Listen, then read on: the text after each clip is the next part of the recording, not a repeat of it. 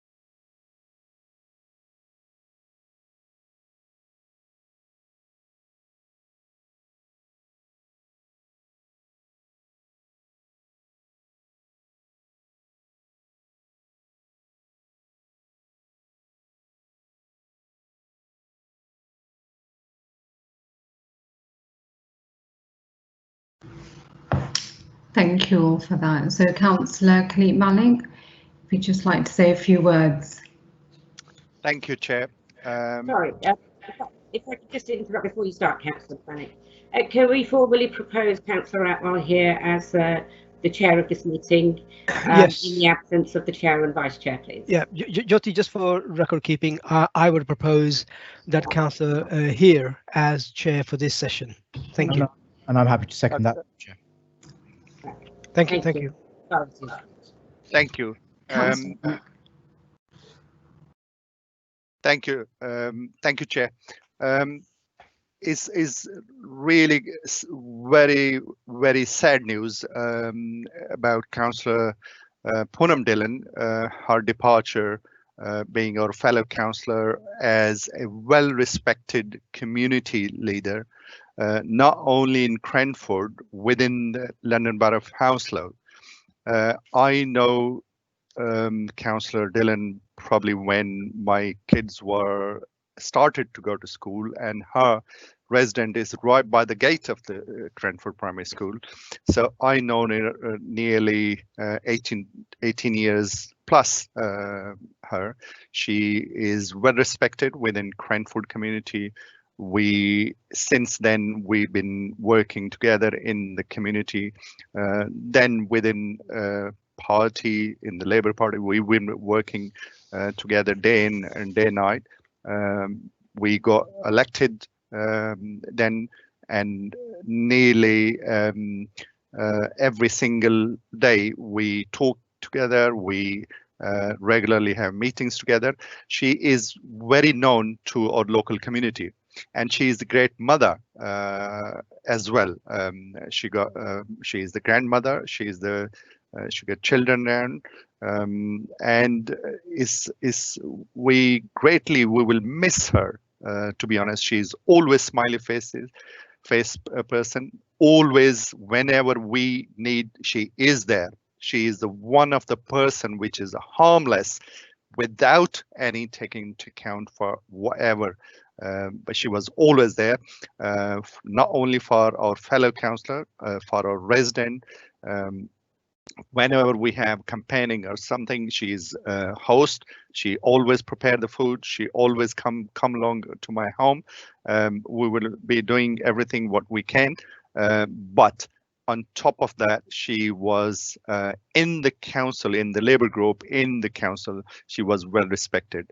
She was the person who always there for you. And I am so proud of working with her, not only with her, and she was always, we had groups here. She was part of the group. She was always participate whatever we invite her for. And she was the vice chair of our local Labour Party as well in the Cranford for a number of years. So her departure is really make us all sad in local community. And it was sudden departure was the worst case ever we can think of. Her departure. She is gone, but she will be missed greatly, and her the gap what she left, it will be years and years to fill with. I'm so sad, and I'm sure my fellow members as well. Thank you. Thank you, Councillor Manik. Thank you. Okay, so we're going to start the meeting now. Any apologies for absence, please? Chair, can we call for lateness? Okay. And apologies from the Chair, Cllr Shivraj Grewal, and the Vice Chair, Cllr Sukhbir Dhaliwal, and also from Councillor Lilybell. Thank you. So could we all just mute our mics when you're asked to speak, or when you'd like to speak, then you can unmute. Any declarations of interest from anybody? Okay, we're going to go to the minutes of the last meeting that are on pages 3 to 5. So could we just go through those and agree then?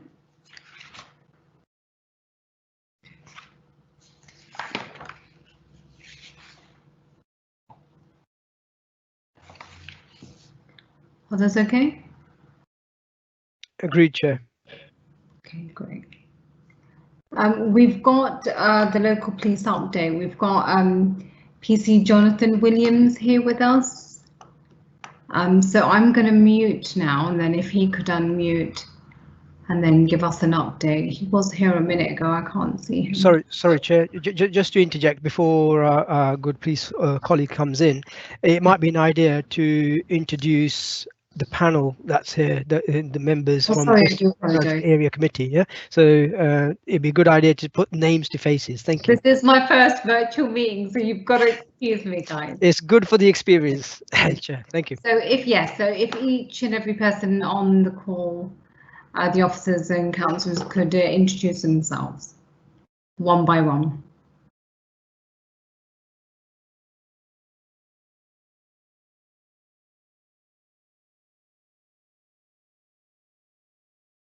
Chair, in the absence of anybody else, I think it might be a good idea that the actual script, it says Heston Central Ward councillors first, and then Heston East, then Heston West, then Cranford. So if we just follow that, it's just that they'll follow one from the other. Heston Central Ward councillor.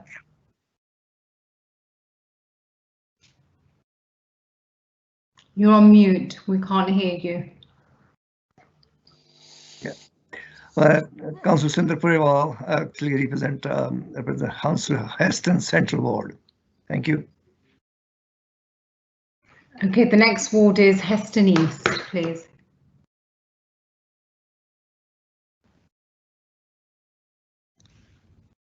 Chair, did you say Heston East? Councillor Lyle from Heston East. Good evening. Good evening, Councillor Amrit Mann from Heston East. Thank you. Okay, next we've got Heston West Ward.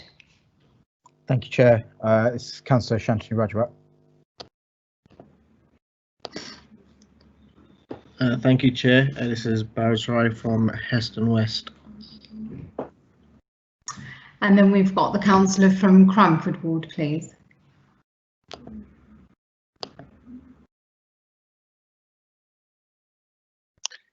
Good evening, Councillor Khalik Malik from Cranford. Thank you. Okay, so if we go on to the police report now, and then the officer can introduce himself before he gives us an update, would that be okay? Sorry, Councillor Atwell here, if I can just interrupt again. If you look at the script, there is a few bits of housekeeping to go through before we start on the agenda. If you could go through those. Would you like to go through that then, please?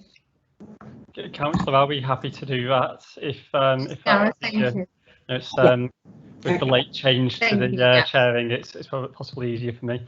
Thank you. So let me just get that script up. Okay, so until recently, virtual meetings for council business were not legal, but the law's been changed to let local authorities meet in a virtual way to make decisions. So this meeting is taking place under those recently introduced government regulations. Just going to just go over a few parts that some of them have already been covered.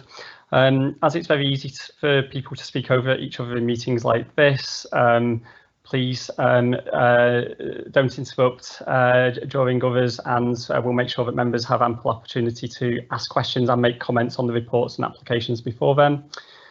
And therefore the etiquette for members and for officers who are expecting to speak is to mute your microphones until you're asked to speak. Okay, I think that is everything. Jyoti, if there's anything that you think that I've missed that needs to be said at the beginning, I should just actually introduce myself while I'm speaking. So Gareth James, Area Participation Officer for the Heston and Cranford Area Forum. If I've missed anything, please let me know, and if not, then I'll bring it back in at the right time. Just go through how members of the public can participate in the meeting and submit questions. That'd be great. Yes, scrolling down. Okay, yeah, thank you. So members of the public are reminded that the agenda and all items being discussed can be found on the council website. And if you, here we go. Members of the public were asked to submit questions for the area forum ahead of the meeting, as they're not able to speak to members directly as they could in a conventional meeting. However, for residents watching this meeting, it is possible to submit questions via the Q&A function on MS Teams during the meeting itself. Select Q&A on the right side of the screen and type your name and your question in the compose box, and then select send. If you would rather do so anonymously, you can do that. Just select ask anonymously. Members will try to answer as many questions as they can on the night. And then just one thing to add that isn't in the script is that if you want the question to be published, please just refrain from adding in any names or anything like that that would identify somebody, because of course we do need to keep it anonymous if it can be discussed in the meeting. Otherwise it might be something that I'll be able to respond privately to, but I won't be able to publish it as a question for everybody to see. Okay, I think that's everything. Thank you. Perfect, thank you, Gareth. So if we could move on to the police report, we have PS Jonathan Williams. Maybe he could introduce himself as well to us once he's on. Yeah, good evening, everybody. My name is Sergeant Williams. I am the sergeant that covers the 3 Heston wards. Also present with me today is APS Darryl Tyrrell. I'll pass you on to there. He has taken over covering Cranford ward from Sergeant Morris as of this week. So this is his first introduction into these type of meetings. So hopefully it will go reasonably smoothly for everybody. In terms of policing, we over the last obviously year with COVID have seen quite a significant reduction in crime. That's in the whole Met and particularly on the 4 wards that we've had. Obviously, that is obviously mitigated in terms of all the extra pressure that we're currently under as an organisation to deal with the COVID outbreak and the enforcement issues that we've got in the current lockdown. We also, in the area of West area in general, still have a major issue around youth violence, and the West area at the moment is currently #1 in the Met for youth violence. And I'm sure everyone has seen on the news recently about some of the more newsworthy stories, especially in Hayes and Southall recently. However, Heston and Cranford do not seem to be as adversely affected by serious youth violence as other parts of Hounslow, but it's still something that we need to keep a major eye on and focus on. And I know all the hard work that our officers and obviously yourselves at the council do in order to try and tackle serious youth violence. And when COVID passes and we're able to do a bit more work in and among the communities, keen that we'll do more work with the council in order to tackle this problem with the youth in the area. But it's not a problem that we majorly have yet, but it's not something that we are going to take our eye off of and allow to happen. You know, this matters to us. It's your children, it's our children. We've got to get on top of this. We've got to try and sort this out if we can. In terms of pressures facing us under COVID, it's still extreme. I know Hounslow in general, obviously, COVID has affected greatly, and it's something that we as an organisation, along with the local authorities, are trying to enforce the compliance. And I know that there's been a lot of work recently, especially the last couple of weeks, with the local authority to go around the shops, make sure they're COVID compliant, and the enforcement through them. And we will continue to deal with people on the streets. I have to say, from my own personal point of view, this time round, compared to the last lockdown, there's still a lot more people about. There seems to be far more foot traffic and also vehicle traffic compared to the first time round. So there are still lots of issues around that we need to try and educate people in and around. But we are focusing on that. The two areas in terms of crime that we still suffering from, a lot around motor vehicle theft. It seems to be the major thing that seems to be affecting all 4 wards. A lot of that is down to it tends to be an opportunist type crime. There's still people who, you know, there are still low-level drug users who still do drugs, and motor vehicle crime tends to be a type of crime that they will use because it's easy money as such for them to deal with. So we've run a number of operations over the last 3 months in order to try and tackle, but it's not an easy one to tackle. Catching someone in the act of breaking into a car, you know, it's very easy for them to do and for them to hide and keep away from it. But it's not something that we're not focusing on. We are looking at it and will continue to do. And as well as that is also trying to tackle the problem around dealing with the drug use itself. Drugs is always prevalent, unfortunately, on Hounslow, and it has been historically. It's something that we target and we try and educate, try and work with yourselves and obviously charities in order to try and divert people from it. But it still continues to be a bit of a challenge that we're looking at the moment.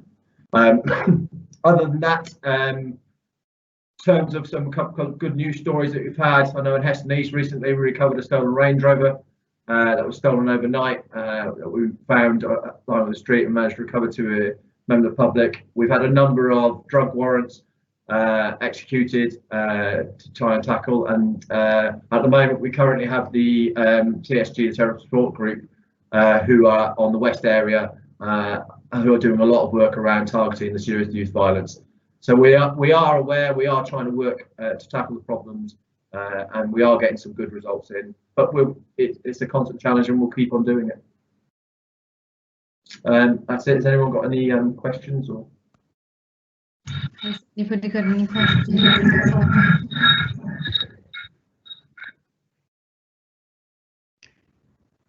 Councillor Manning.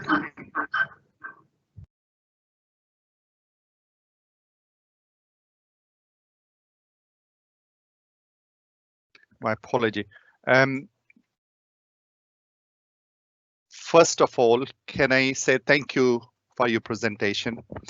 And let me start with praising my Cranford officers, especially Mr. Darrell in his effort within the Cranford, all the officers which are working as a team with me and a regular update to me. That was very helpful, and I'm so proud of you, your effort, what you are making an effort in Cranford to reduce the crime. Really appreciate that. For in terms of making aware our resident, I will be grateful if you can a little bit update the local Cranford or resident who are keenly connected with it within this meeting. They would like to know what the contribution, what effort you are making to combat, particularly for the cannabis growth, and also to reduce the crime within Cranford, which are different kind of at the moment. In addition to that, you mentioned about the traffic police, which we are the first ward within the South London, which we managed to get which you was briefing me for traffic police, which has patrolling in Cranford, which is the first ward in South London. That will be helpful for our resident to know what effort being made in terms of policing, particularly in Cranford. I will be grateful if you can brief a little bit to our resident. Thank you. Thank you very much. First of all, in relation to, sorry, let me just come a bit. So just to try and summarise as best we can, you mentioned obviously traffic-related patrols in Cranford. There are a few areas at the moment, a few complaints that have come into Cranford, particularly from the Heathrow Gymnastics car park. Not sure if everyone here is aware, just on Green Lane. Some of the issues that we've been receiving there were in relation to quite a big variety of vehicles coming down and engaging in antisocial behaviour, doing donuts in the car parks and things like that. We saw the skid marks on the road. It is a private car park for starters, but Cranford SNT officers have been engaging with the management at the car park, and we've actually now been able to issue quite a high amount of what we call Section 59 warnings, which effectively is a warning that can be issued to an individual or placed on a vehicle itself that is activated or will enable our PNC system to effectively flag up. So if they engage in antisocial driving type behaviour again, the vehicles can be seized, you see. So it's quite an effective tool that we are trying to push forward and implement. Quite a lot of letters has been sent out because we were getting quite a big amount of complaints about these vehicles coming into the car parks and engaging in this sort of behaviour, which obviously did run the risk of hurting other members of the public as well, because there were some reports that were suggesting that this was taking place even while people who are using the gymnastics car park were actually present. So these are some of the matters that I have raised with my officers to try and increase the patrols, and we have liaised with our traffic division unit and the area of Green Lane itself in adjacent to the car park, as well as the High Street Cranford areas. That's been added to what we call our Pan London. So effectively on the weekends where the behaviour was mainly taking place, the traffic division will assign a unit to patrol the area, and its sole purpose will be to engage in antisocial behaviour type driving and obviously deal with that as appropriate. Sorry, can I, Chair, with your permission, can I ask Mr. Darrell if you, for a resident purpose, would you mind to introduce yourself, your name, that my Cranford resident, they know who you are and what other effort you were making to safeguard Cranford, and also your other colleague, Cranford officer, that or resident, they know what effort as a team, yourself and myself, we are making, and what we are achieving and what we have achieved so far within the Cranford. That would be very helpful. No problem, Mr. Malik. Just to summarise to everyone, my name is Daryl Tarrant. I was formerly a Cranford dedicated ward officer, but as it stands at the moment, I am in an acting sergeant role that has taken over from Sergeant Morris, who is currently on maternity leave.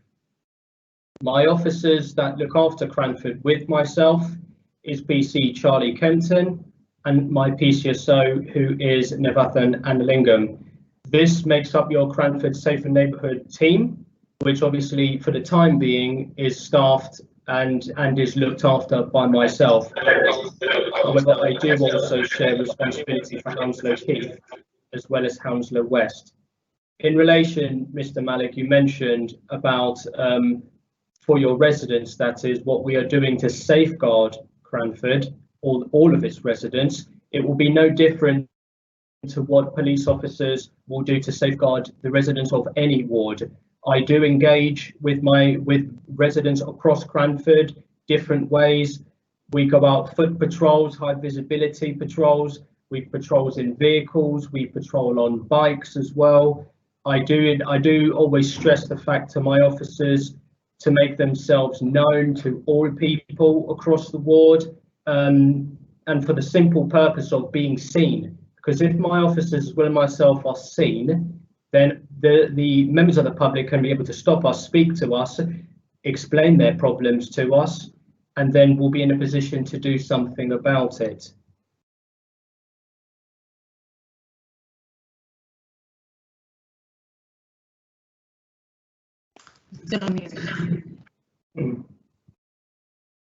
Chair, thank you.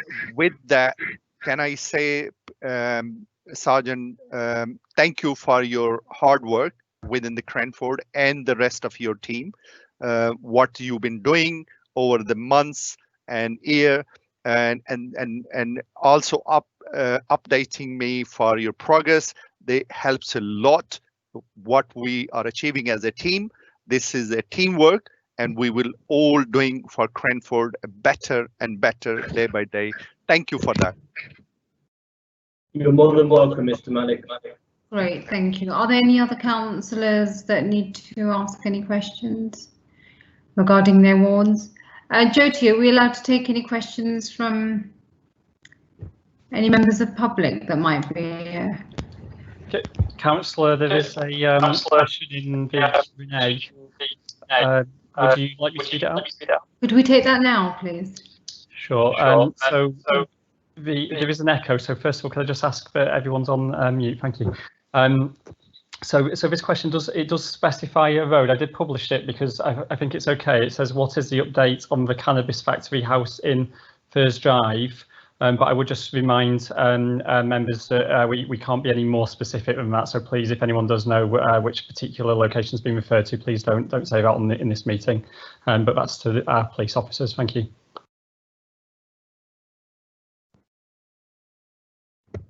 Right, that is something that I may be able to provide. I was aware of this for starters, but to the best of my knowledge and from what I've seen, currently it has been effectively just closed down. From what I've seen of it, the property itself has been boarded up, and I believe equipment has been removed from said property. That's the best update I can provide on this at this moment in time.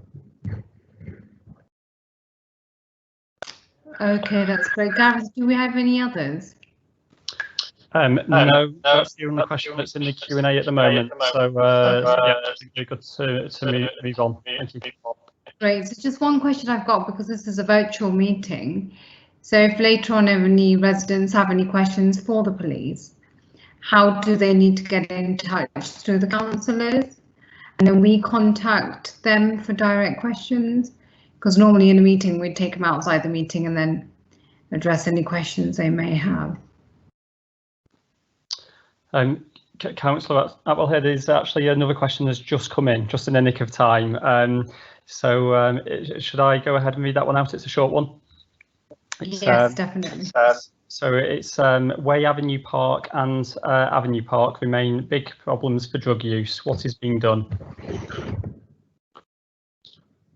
In relation to Way Avenue Park as well as Avenue Park, both of which are areas exceptionally well known to myself and my officers, whenever we do our patrols, Avenue Park as well as Way Avenue Park are both areas that get patrolled more than once during our tour of duty. And the whole point of us visiting these areas at various times during our shift is to make sure that that regular enforcement and physical police presence is seen and felt there at all times. Both parks, I am aware of the issues in relation to drug-related offences as well as general antisocial behaviour, which does also branch off to alcohol consumption as well. I have challenged many people in both parks for both offences. I have carried out various stops and search as well as my officers. Arrests have taken place in these areas. So both parks is known to us, and we do patrol it as best we can, sometimes within just the local Safer Neighbourhood team for Cranford, whilst other times it is with additional resources as well.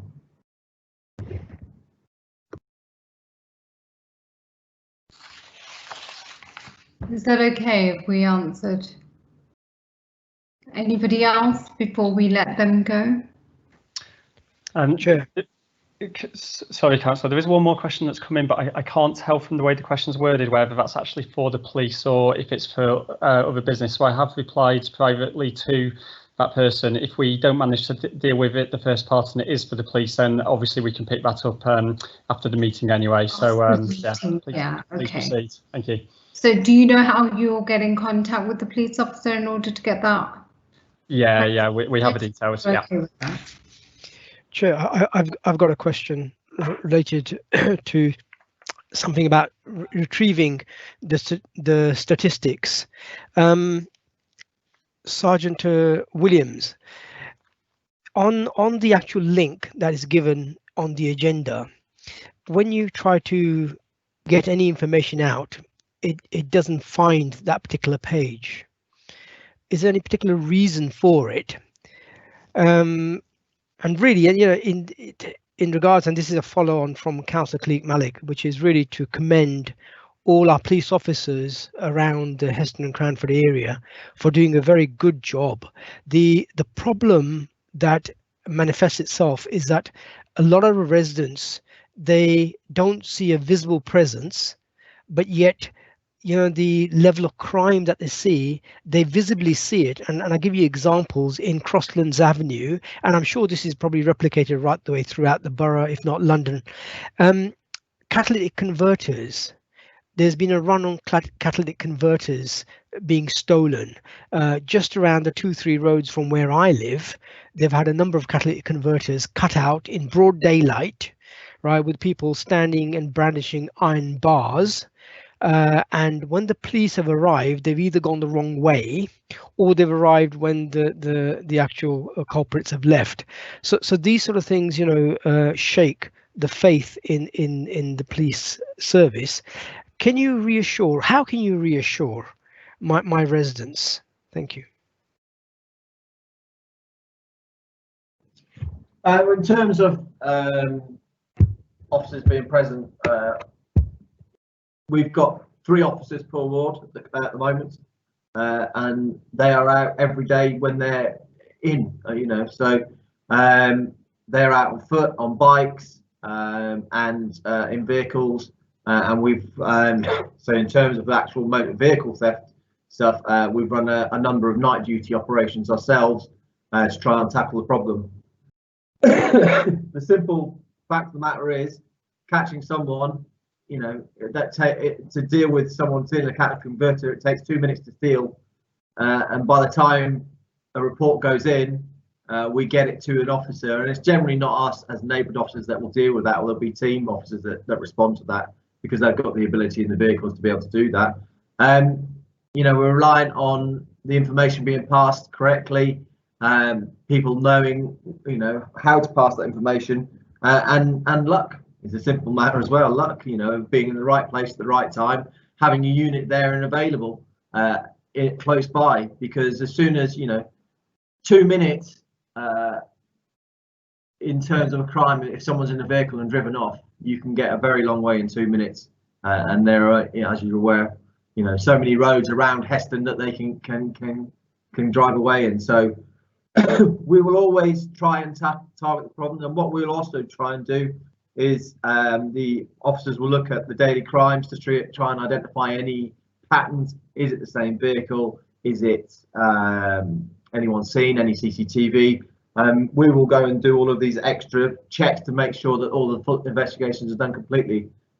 But it's a very difficult crime to catch. It's the same as the motor vehicle ones, you know.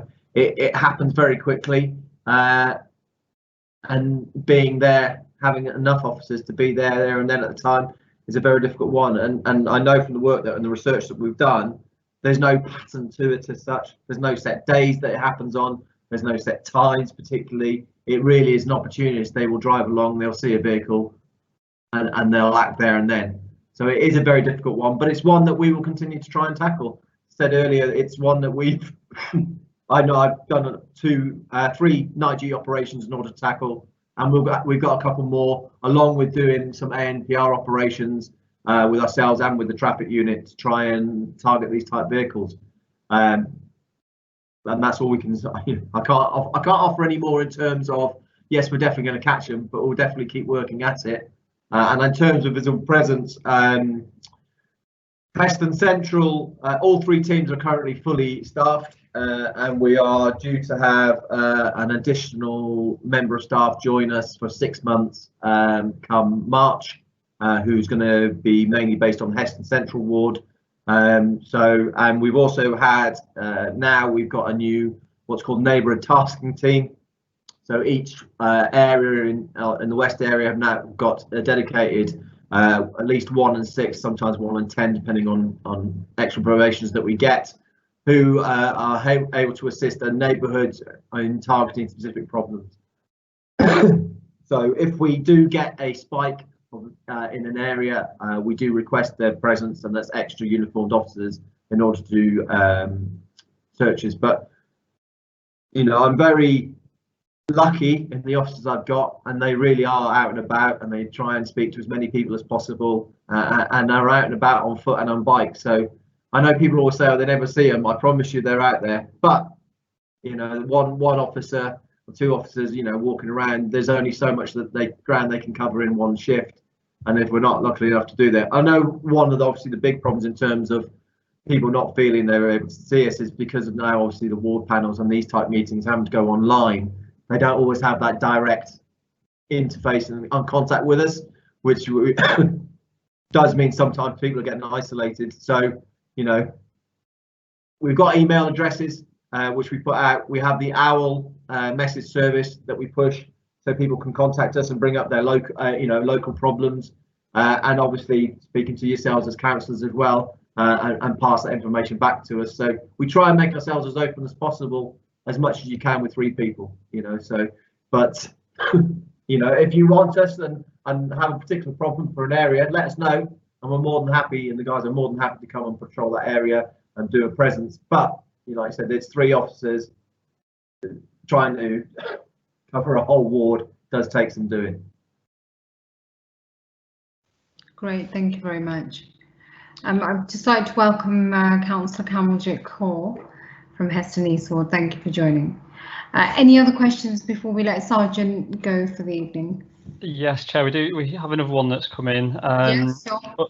Understandably, all of these are anonymous because it's another one regarding drug dealing. So this question is: any updates on drug dealing happening opposite Hounslow West Station pub and around the new development?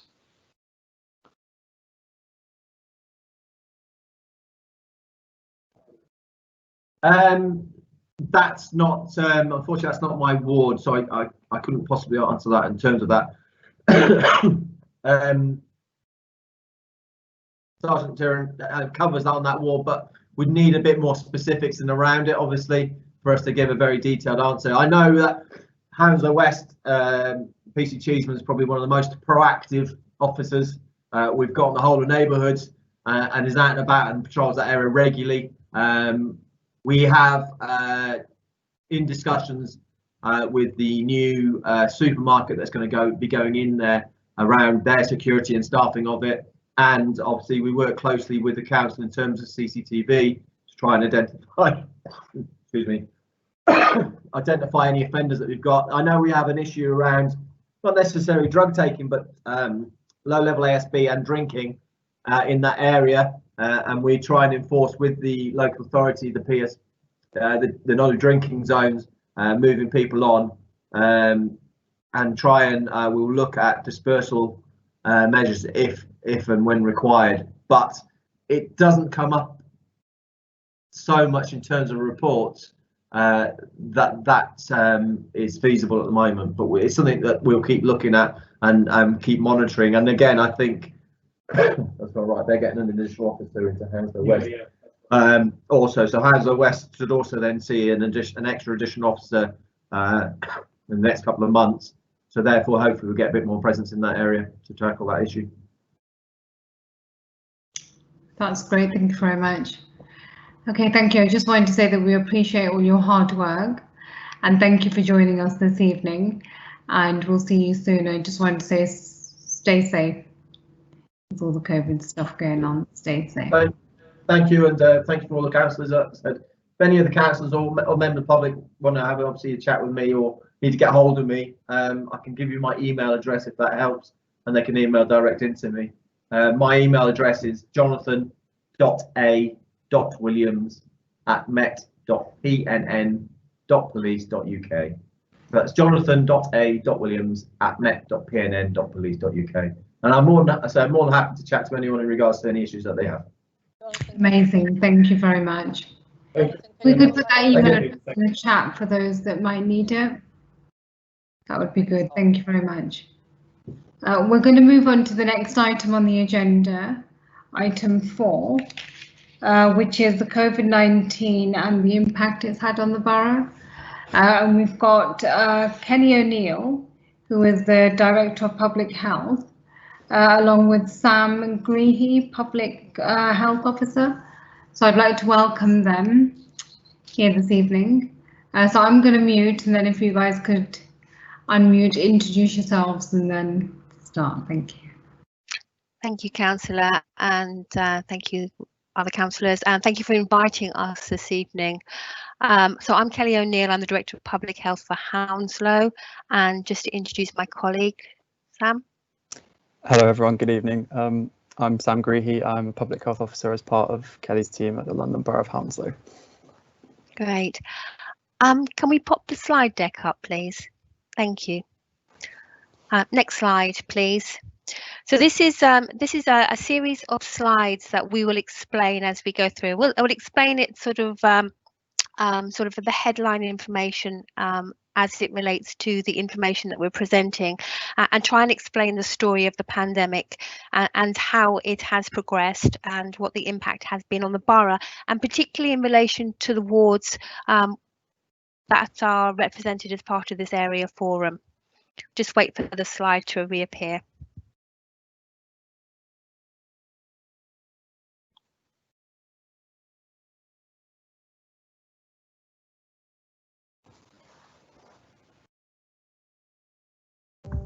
Sorry, someone is sharing their screen that shouldn't be. If they can stop sharing that screen, please. Only Moina should be sharing her screen with the presentation. Thank you. So whoever else is sharing their screen, can you unshare?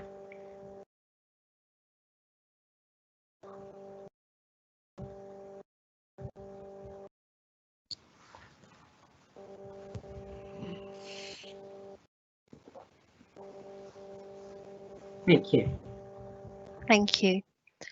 Okay, so next slide, please.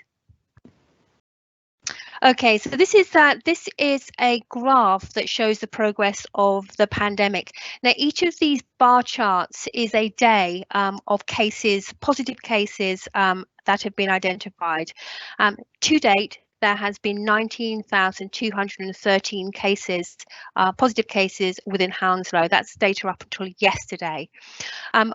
The caveat to this slide is that up until round about August time, community testing wasn't part of the wasn't available to the community. So that first wave of infection is solely hospital admissions. So what the true picture of positive cases at that time is really unknown to us, because people just weren't being tested. But obviously, as we have developed sort of community testing capacity, what we are really able to see is a really true picture of what that pandemic curve of positive cases has been.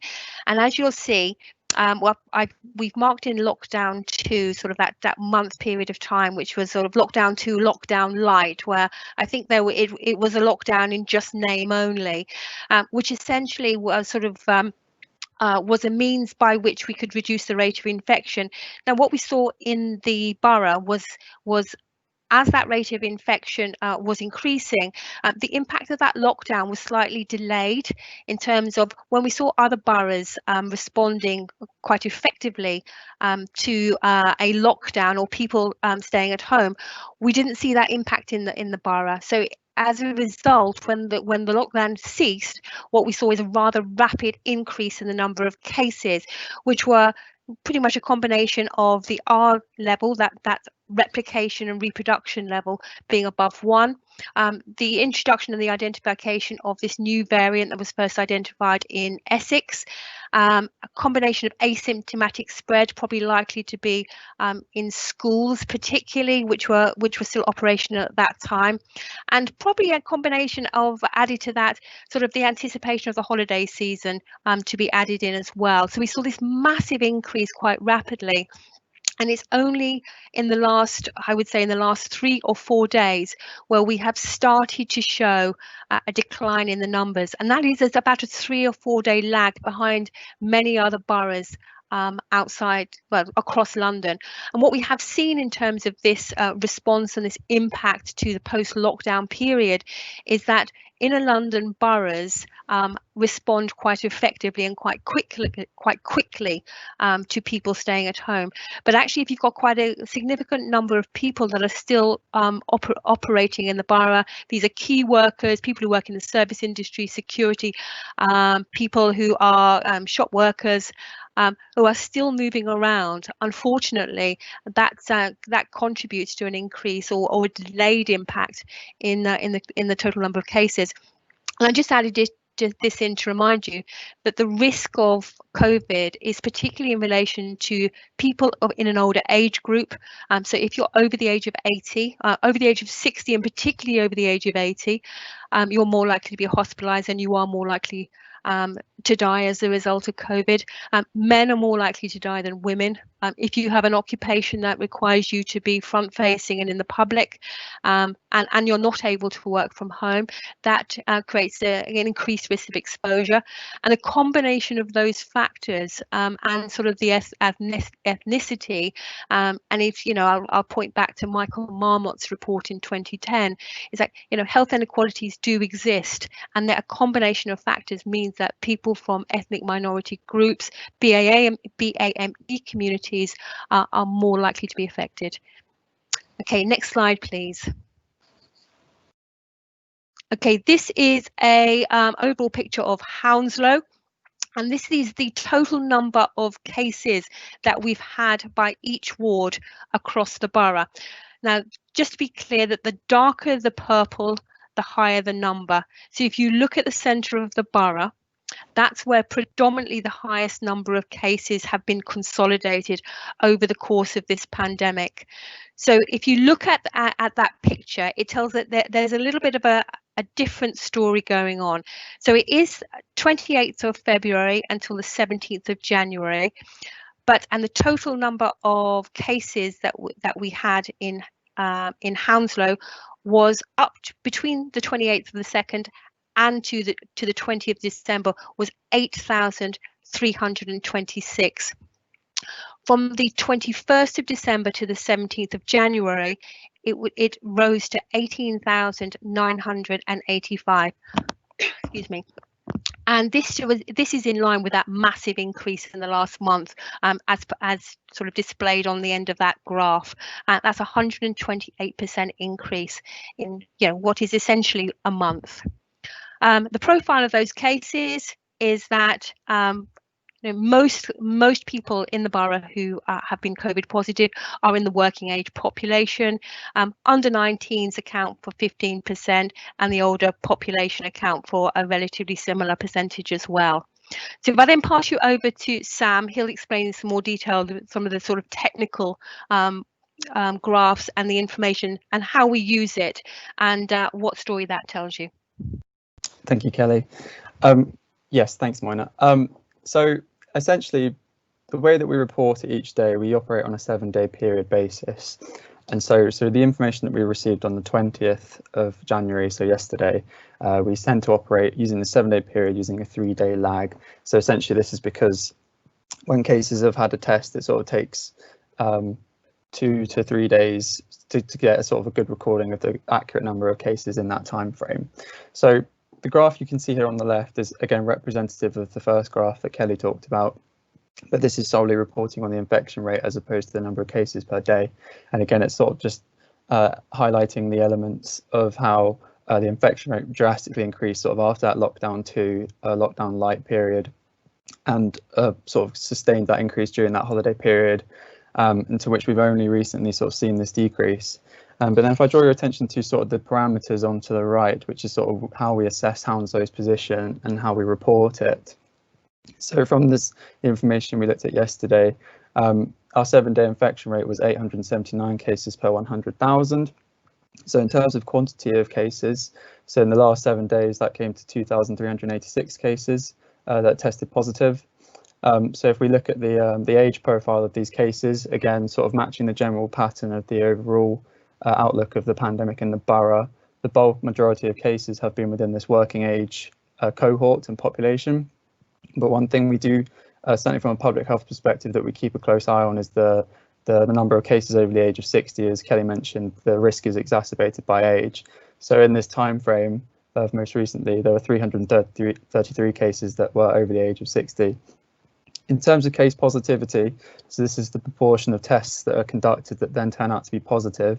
In the last 7 days, the case positivity rate was 18.2%, which is obviously quite considerably high given the number of tests that were completed. As you can see from the next line, in that portion of time, we conducted sorry, not we, but in the council, in the borough, there were 13,981 tests completed.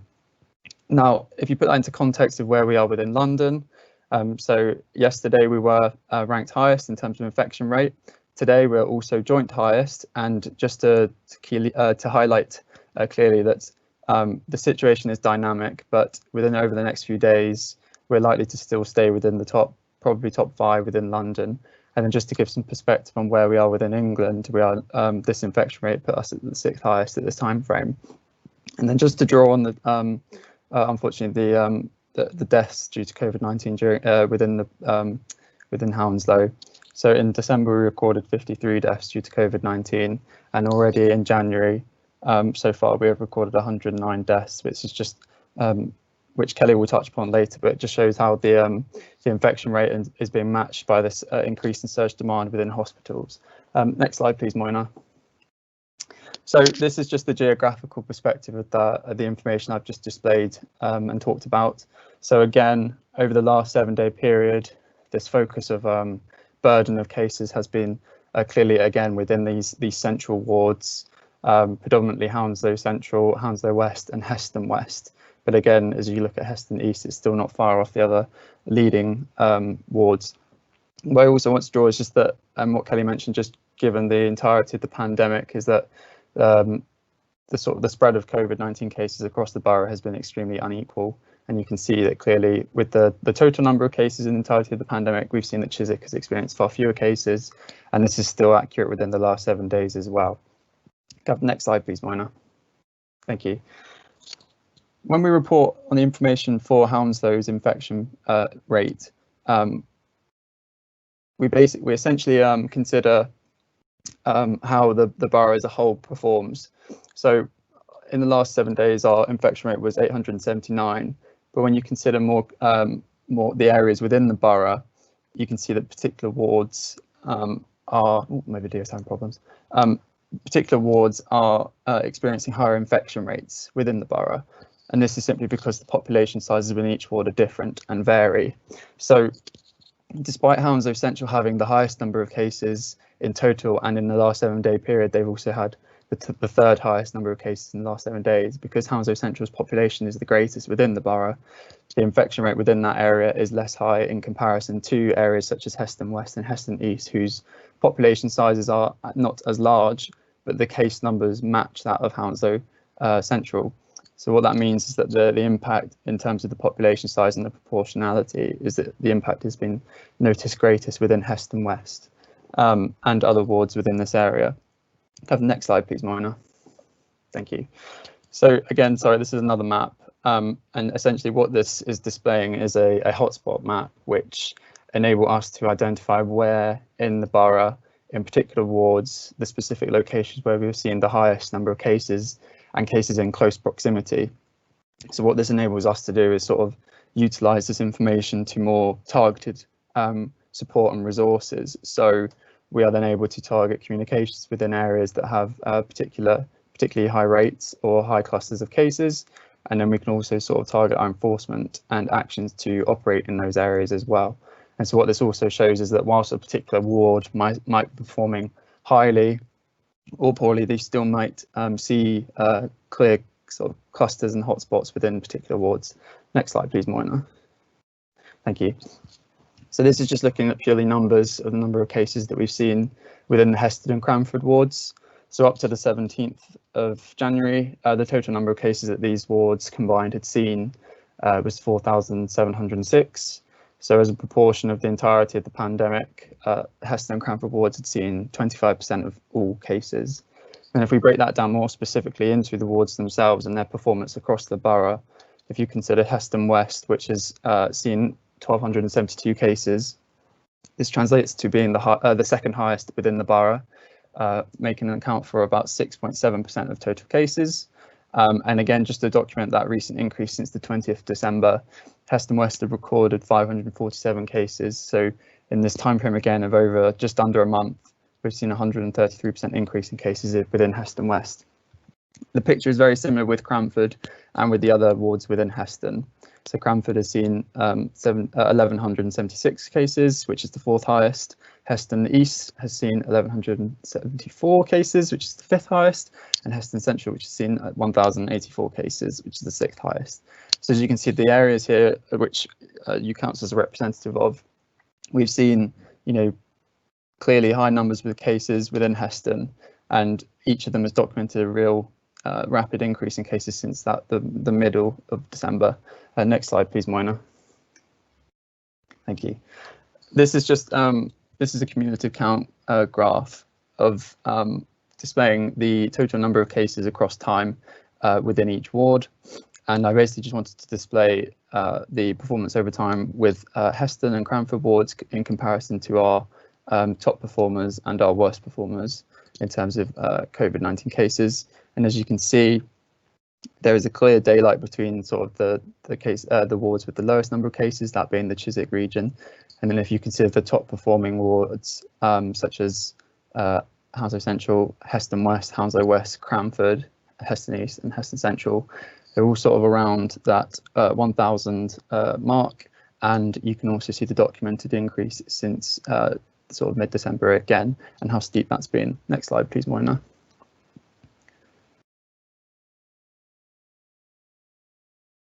Thank you. This is then just sort of documenting that on another way in which we report it, because we look at the 7-day total number of cases for each ward. And again, as you can see, Heston and Cranford wards again are still performing towards the high end of the leaderboard in terms of the number of cases. And what you can also see is that even before this big surge in cases in December and January, Heston again and Cranford sort of fluctuated around being the top level, even when the numbers were quite significantly lower, sort of within this October and early November stage as well. But then even when things have increased and the situation has changed, they're still performing towards the higher end of the numbers. Next slide, please, Moina. Thank you. And then finally, this is just looking at the infection rate within each ward as opposed to the total number of cases. And once you consider the population size of each area, you can see particularly the difference in terms of the performance of each of the wards. And again, it's sort of reiterating that the Heston and Cranford wards have seen higher infection rates in comparison to the rest of the borough, despite maybe not having the highest number of cases such as like Hounslow Central. But again, it's just reiterating that throughout the entirety of the pandemic, especially since September, just the high performance of these wards in terms of the case numbers. Next slide, please, Moina. Thank you. So this again, it's just the sort of a breakdown of the test profile of those that have tested positive within Heston and Cranford. So gender-wise and age profile-wise, again, the profile matches what we've seen generally across the rest of the borough and the entirety of the pandemic. Now, Kelly briefly mentioned about ethnicity. So ethnicity is considered, and we do monitor it as well. But the difficulty with it is that not everyone seems to document their ethnicity when they do go and have their test and where they subsequently test positive. But also what we've seen is the proportion of cases that have tested positive, the two main ethnic backgrounds of which that have been seen the highest has been the Indian population and the British population. But this, I think, as a representative and a statistical element, this is sort of expected because those are the two main ethnic background populations within the borough. So it's not something that presents any anomaly, it's sort of expected. So it's nothing to that sort of jumps out and grabs our eyes being anything of worth concern. Next slide, please, Moina. One of the few final maps from me. So essentially this is focusing specifically on Heston and Cranford again. Each of these blue circles is a postcode which has reported a positive case. The bigger the circle, the more cases have been within that postcode. And what I essentially am showing you here is that the cases that we've seen within Heston and Cranford has not been specifically located in localized areas. It's been across all of the wards. It's not been focused in just one point, but also it's indicative of this community spread as well as maybe household or intergenerational housing spread. Because if I point your attention to the legend, you can see that the majority of postcodes that are within this set have all recorded more than between 5 and 31 cases within each postcode. So again, it's just this indication of household spread, community spread within these areas as well. Next slide, please, Moina. And I was just considering sort of the information on COVID-19 deaths, and I apologise, it is quite sensitive information. So each day when we're reporting Hounslow's performance, Public Health England do publish publicly available data which looks at the number of deaths due to COVID-19. The position that we're in at the moment, as of yesterday evening, was that Hounslow had reported 386 deaths due to COVID-19. That they don't provide any granularity, that information. It's purely just a sort of a number so we can gauge how many we've had within the borough. But the Office of National Statistics does provide more granular detailed reports, which enables us to sort of interrogate and analyse it geographically and demographically as well. However, with these reports, there is sort of a 2 to 3 month lag. So the map that you're seeing here is the number of COVID-19 deaths from between the 28th of February and the 30th of November. And what you can see is that again, there has been deaths across the entirety of the borough, but up to the 30th of November, we had recorded 245 deaths, and the bulk of these and the areas where we'd seen most deaths within the borough has been Heston West, Hounslow West, Hounslow Central, and Felton North. Sorry. And then in terms of the age profile of these deaths, as Kelly mentioned beforehand, the risk is greater with the older the age. We've seen 87% of deaths within Hounslow up to the 30th of November have been over the age of 60, and 42% of those have been over the age of 80 as well. We've seen more men in the borough that have passed away due to COVID-19 than women. And then next slide, please, Moina. And then more specifically focusing on Heston and Cranford, Heston West has recorded the second highest number of deaths up to the 30th of November. And this area as a whole, being Heston and Cranford, has reported 22% of total deaths up to this point. And the age profile is that somewhat matches what we've seen of the rest of the borough up to this point. But just want to flag again that the number of deaths in men is considerably higher as well within these areas as well. Back to you, Kelly. You want to unmute yourself, Kelly? Every time. Julia, yes. So all of this information is fantastic, and certainly at the beginning of the pandemic we didn't have any information to base any of our actions on, but now we triangulate information as much as possible in order to inform where do we target our efforts, which populations do we identify as most at risk, and what actions do we need to take. So on the back of that as well, there is a proactive element of identifying and using the data to inform our actions, but there's also a reactive response. So surveillance data will tell us a lot about things that have already happened, and the difficulty with that is that you're constantly looking forward, using data that's of events that have already happened, and projecting forward to think about what actions do you need to take moving forward. So surveillance data is absolutely key, and understanding where your majority of cases are, what that is that number of cases proportionate to the size of the population, who is testing positive, where that data is available, which communities does it exist in, how do you get to those communities, and what's the level of risk. So surveillance data is really, really important, and we use that, as I said, to identify cases, to look at clusters of cases, and we know that the biggest amount of cluster of cases exist within families, and not just families that live together, families that are part of a wider family network.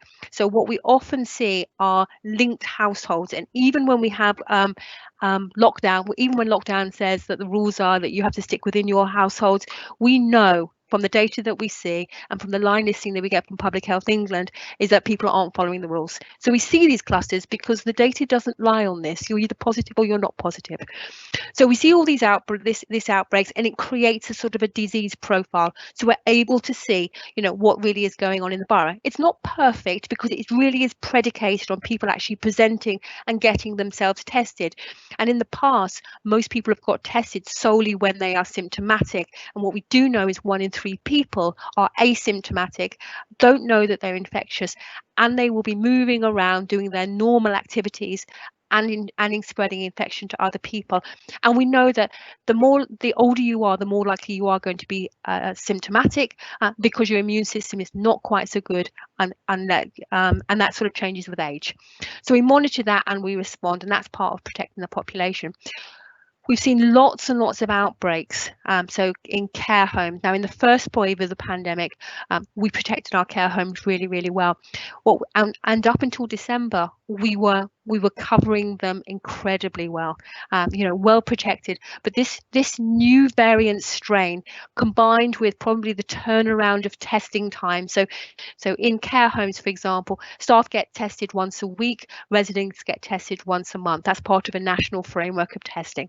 But by the time we get the turnaround of results and this sort of highly transmissible variant of the virus, what we see is quite a significant spread through care homes. So you end up being on the back foot of protecting them. So there's a lot of work on care home management and looking after residents in care homes. Schools, when they were open, were significant a number of cases, and the schools, I have to say, have been the absolute stars on this. They have become public health contact tracers by default, identifying who contacts of individual children are, and the sad thing is as a result of one case, I think the highest we had is about 420 children having to isolate based on one case. So that was real impact on learning. We've had outbreaks in hospitals, in prisons, in Feltham Young Offenders, in multiple businesses and workplaces, houses of multiple occupancy, and sports club. And most of those that we can respond to, whether that is enforcement officers, environmental health, public health officers, infection control officers. They are constantly working in order to try and address that. So what we do have to support in support of that is that we have the National Track and Trace program. So that's run centrally by the Department of Health and Social Care. So all of the sort of drive-through PCR testing that was previously done by the Army is all led by the Department of Health and Social Care. We can identify locations, finite locations. We can't have all of the locations that we want, and we put them in the areas where there is highest infection spread. So the tracing service is a national tracing service as well, but we do enhanced contact tracing in the borough, and what we have is a local enhanced contact tracing service that will pick up all of the Hounslow residents who test positive, who have not been able to be contacted for whatever reason by the national programme, and that includes following up by telephone call and knocking on doors to check that they're isolating, but also to link them as part of a support into support grants and also into the community hub. There's a lot of communication and engagement going on. Again, we tend to target that at communities that are most effective, and the reason why we've done that is because at the beginning of it, I think we hadn't learned particularly well, and so there was message after message after message, and when we really need people to escalate their activity, they didn't, because they were messaged, and it was message fatigue. They'd heard the same message again and again and again, and after a while, if you hear the same message again, it doesn't have the same gravity. So we've worked as well with leaders in the community, our faith groups, our schools, health and social care, and we've kind of recognised that actually you need them to work in partnership with you in order to respond effectively, because no one single organisation can address all of the needs of a pandemic, and some of them, all these, particularly at this moment during the second wave, it's like cheese with holes. Everything seems to be lining up to be really, really difficult at this moment in time. And the other thing that we've had to do is respond to the kind of emerging priorities. So being able to respond quickly and with impact and pace, much like sort of identifying that our tail end of this reaching the peak of this second wave, we knew that this lag was going to be long and protracted, and our reduction in rate was going to be slow. But it focuses the mind, or focuses our attention, when you start to see what the impact on hospitals is, and when you start to see the death rate increasing. So next slide, Moina, please. So this is the grim reality of it, and I think people have not really understood this. Now, our number one priority, and the number one priority of the government, is protect lives. Okay,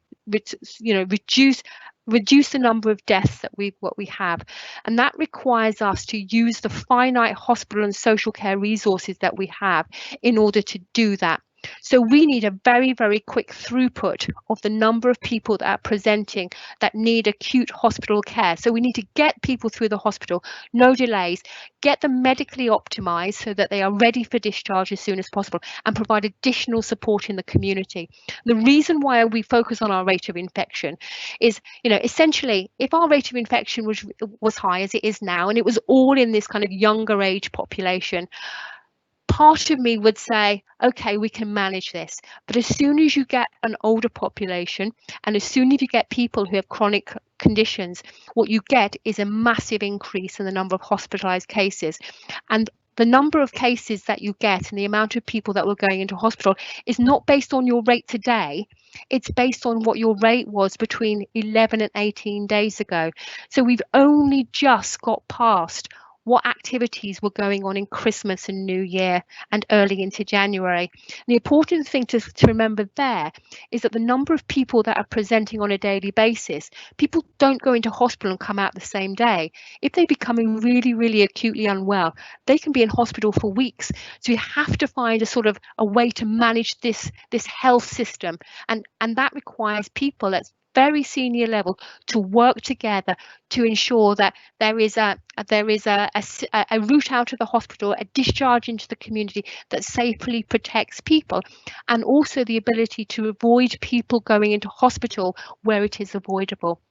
So if you look at where we are today, our rate of infection is 879. 18 days ago, it was 1,050, and 11 days ago, it was 1,141.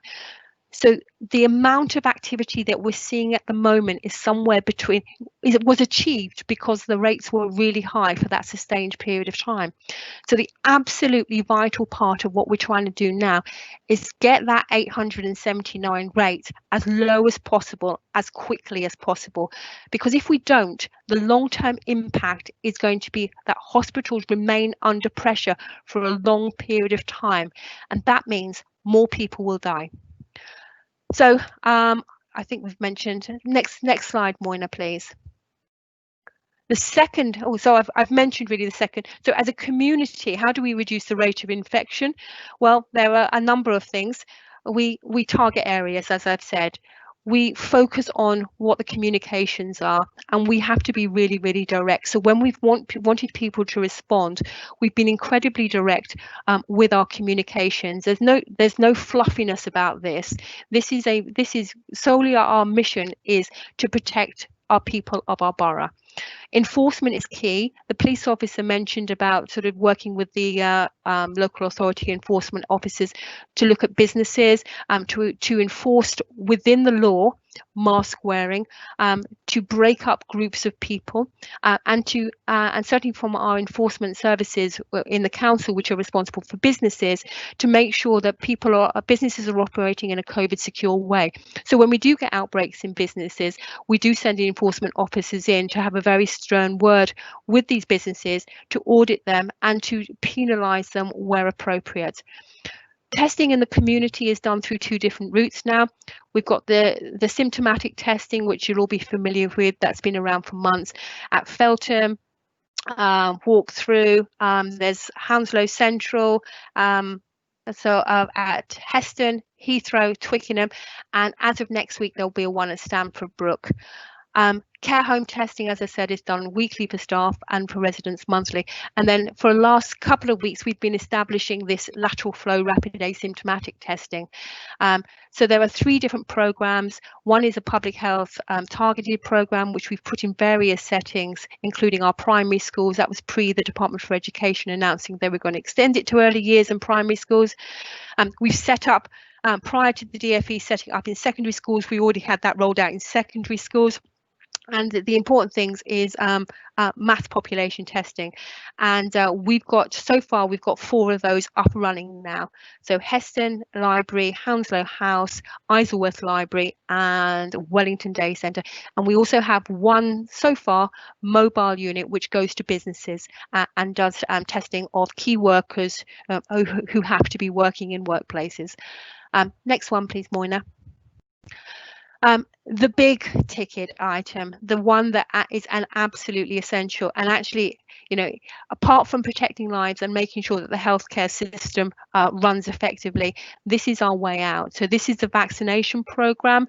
It is an NHS-led program, but it is very much jointly worked on with the local authority. There are priority groups that the Joint Committee for Vaccination and Immunisation have directed us to follow. We have four operational vaccination sites, 2 of the primary care networks which are these GP groups work out of Heart of Hounslow. We've got Chiswick operational, Thornbury's operational, and Feltham. There is one that has just been confirmed, so that will go live. Currently our Feltham residents have to go to Heart of Hounslow to be vaccinated, but that will change. And then there are 2 mass vaccination sites that will go live in February. Next one, please, Moina. The vaccination program has changed. You will know, you'll have seen the media that the program has it's a 2-dose vaccination course. The second dose is going to be delayed. Now that's obviously caused sort of very, very strong opinions. Actually, it's not a political decision. It's based on a very sensible clinical public health position, given the high rates of infection. And the principle is, if you have 100 doses of vaccine, it's better to have 100 people getting 1 dose than 50 people getting 2 doses and 50 people getting nothing. It's a much better way of managing a massive outbreak of infection when your rates are high. The ambition of the NHS is to vaccinate as many people as quickly as possible safely. There are some logistical issues that are quite difficult at this moment in time to deal with, but we will manage to get through that. We've had roughly about 9,500 vaccinations into the borough. They've all been administered. There are more planned for the rest of this week, and there are more planned for next week. And as the stock availability will increase, so will the means by which they're administered. Okay, I think that's it. So happy to take any questions for Sam and I. Thank you, Kelly. That was amazing. God, I feel like I've been whacked over the head with a hammer after all of that. Gareth, we've got a few questions that have come in from some anonymous residents. If you'd like to read those out, and then Kelly and Sam can answer those for us. Thank you. Sure. So we have 7 questions that have come in. So what I'll do is I'll just group those together slightly for the benefit of Kelly, Sam, and indeed everybody listening. Most of them did come in towards the start of the presentation. So if you, Kelly and Sam, if you feel that it has been covered, you can just maybe reiterate something that you did say previously. So the first 2 questions are: can our local hospital cope with the high numbers in Hounslow? And recently our COVID cases have increased in comparison to the neighbouring boroughs. Why is this? Okay, so two things. Our hospitals can cope. Yeah, they can cope just about. I think that this, there is real fatigue among hospitals in response to this. The difficulty is that the more people, the more pressure you got on hospitals, the more likely that people are to die, unfortunately. What hospitals do not work in isolation, though. I have to really reinforce that. West Mids is our local hospital. That will not be working by itself. It's working as a group of hospitals. It'll be working with, through the Northwest London network, whether that's the critical care network or whether that's just Northwest London CCG, who deals with ongoing hospital activity. So all of that gets monitored, I think about 3 times a day, where they look at sort of bed capacity, they look at pressures, they look at discharges, and they work. It is very logistical, working your way through hospital care. But there'll also be, as part of that, Northwest London will also be working across all the other parts of London to look at where is the best location that we can deal with emergency care, critical care, and that will include outside London hospitals as and when required. So while it is really pressurized, incredibly pressurized, at the moment the hospital refers to itself as having sustained and constant pressure, and I think it is a difficult time.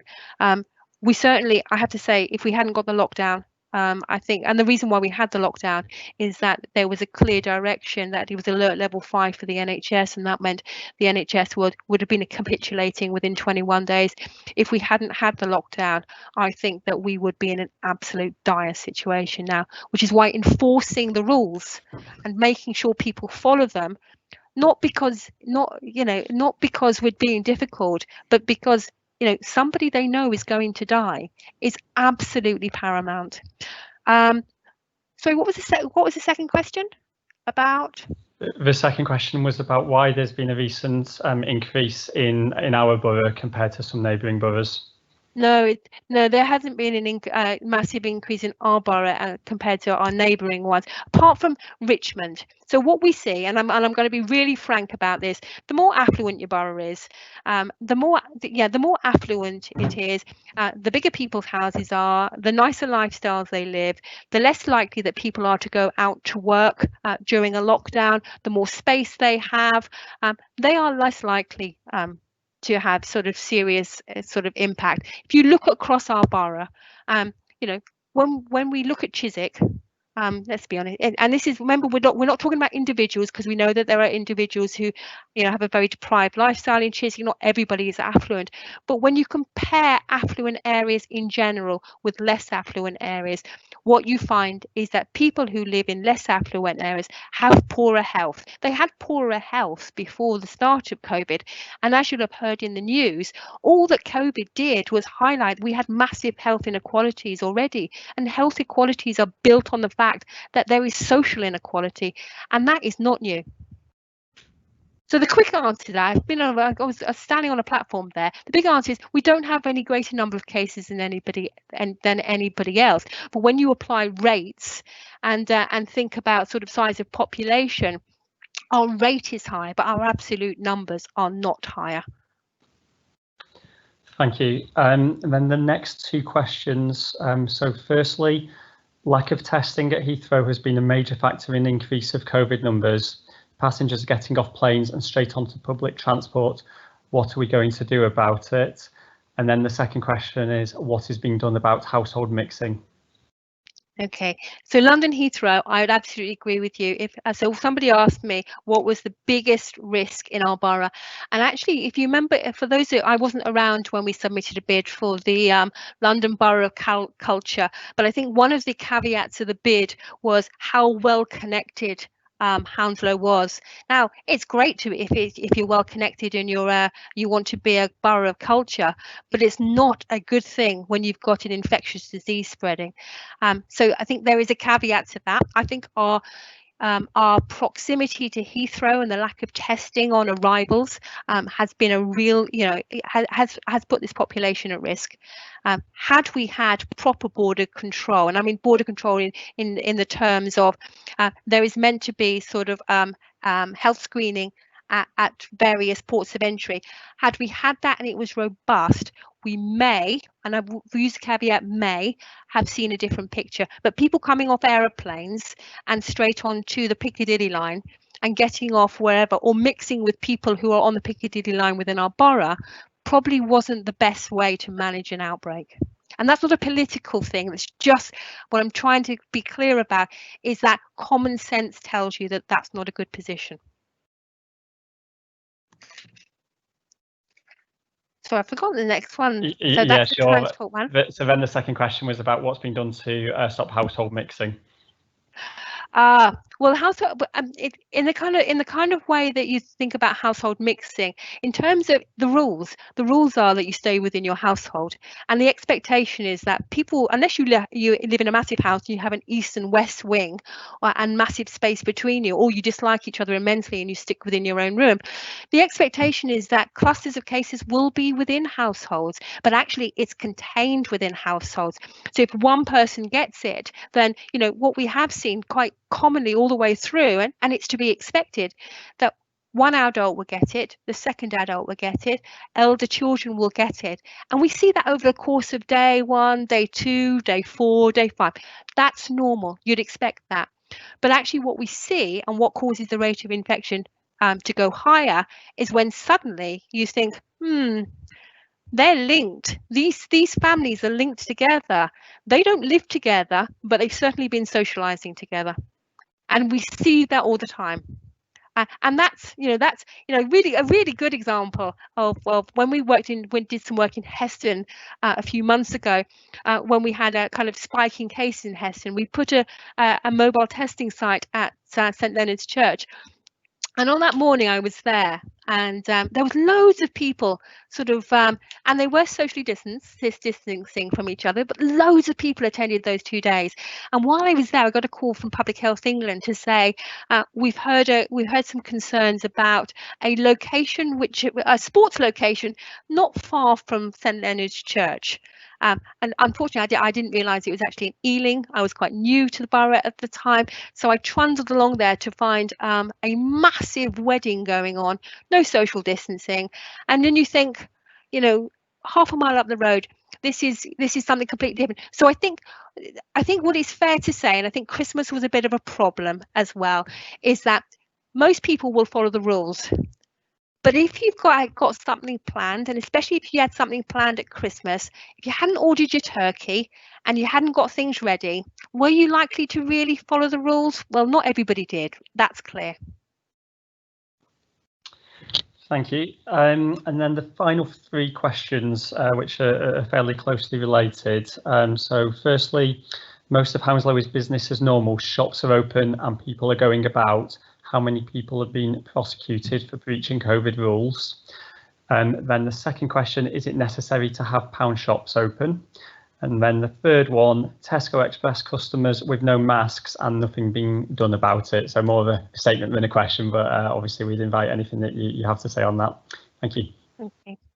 So if Vicky was here, I think what she would say is that they have supported, engaged and worked with for a long period of time. Now they are actively taking sort of issuing penalty notices. Now over the weekend, I think I saw a note that a lot of penalty notices had been issued to various shops. I can't tell you how many at this moment in time because that was a few days ago, but that is something different that is happening this time at a much sort of bigger in terms of a much bigger numbers. Pound shops, I'd agree with you, but the difficulty is that under the definition they're selling food, and that you know, in terms of people not doing the right thing, there are big businesses that should be acting as corporate citizens.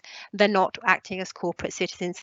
I can't talk about Tesco Express as a particular issue, but what I can say is that some of the supermarkets and some of the big chain supermarkets we already have on our radar because we know that they are not enforcing some of the rules. We are working on that because if it's happening in Hounslow, it's happening elsewhere. So that's work in motion. I would say that there are other businesses apart from those sort of pound shops and supermarkets who also we have identified as businesses of concern, and we have recruited business engagement officers, enforcement officers, specialist environmental health officers as part of the COVID grant that we received from the government in order to enforce this.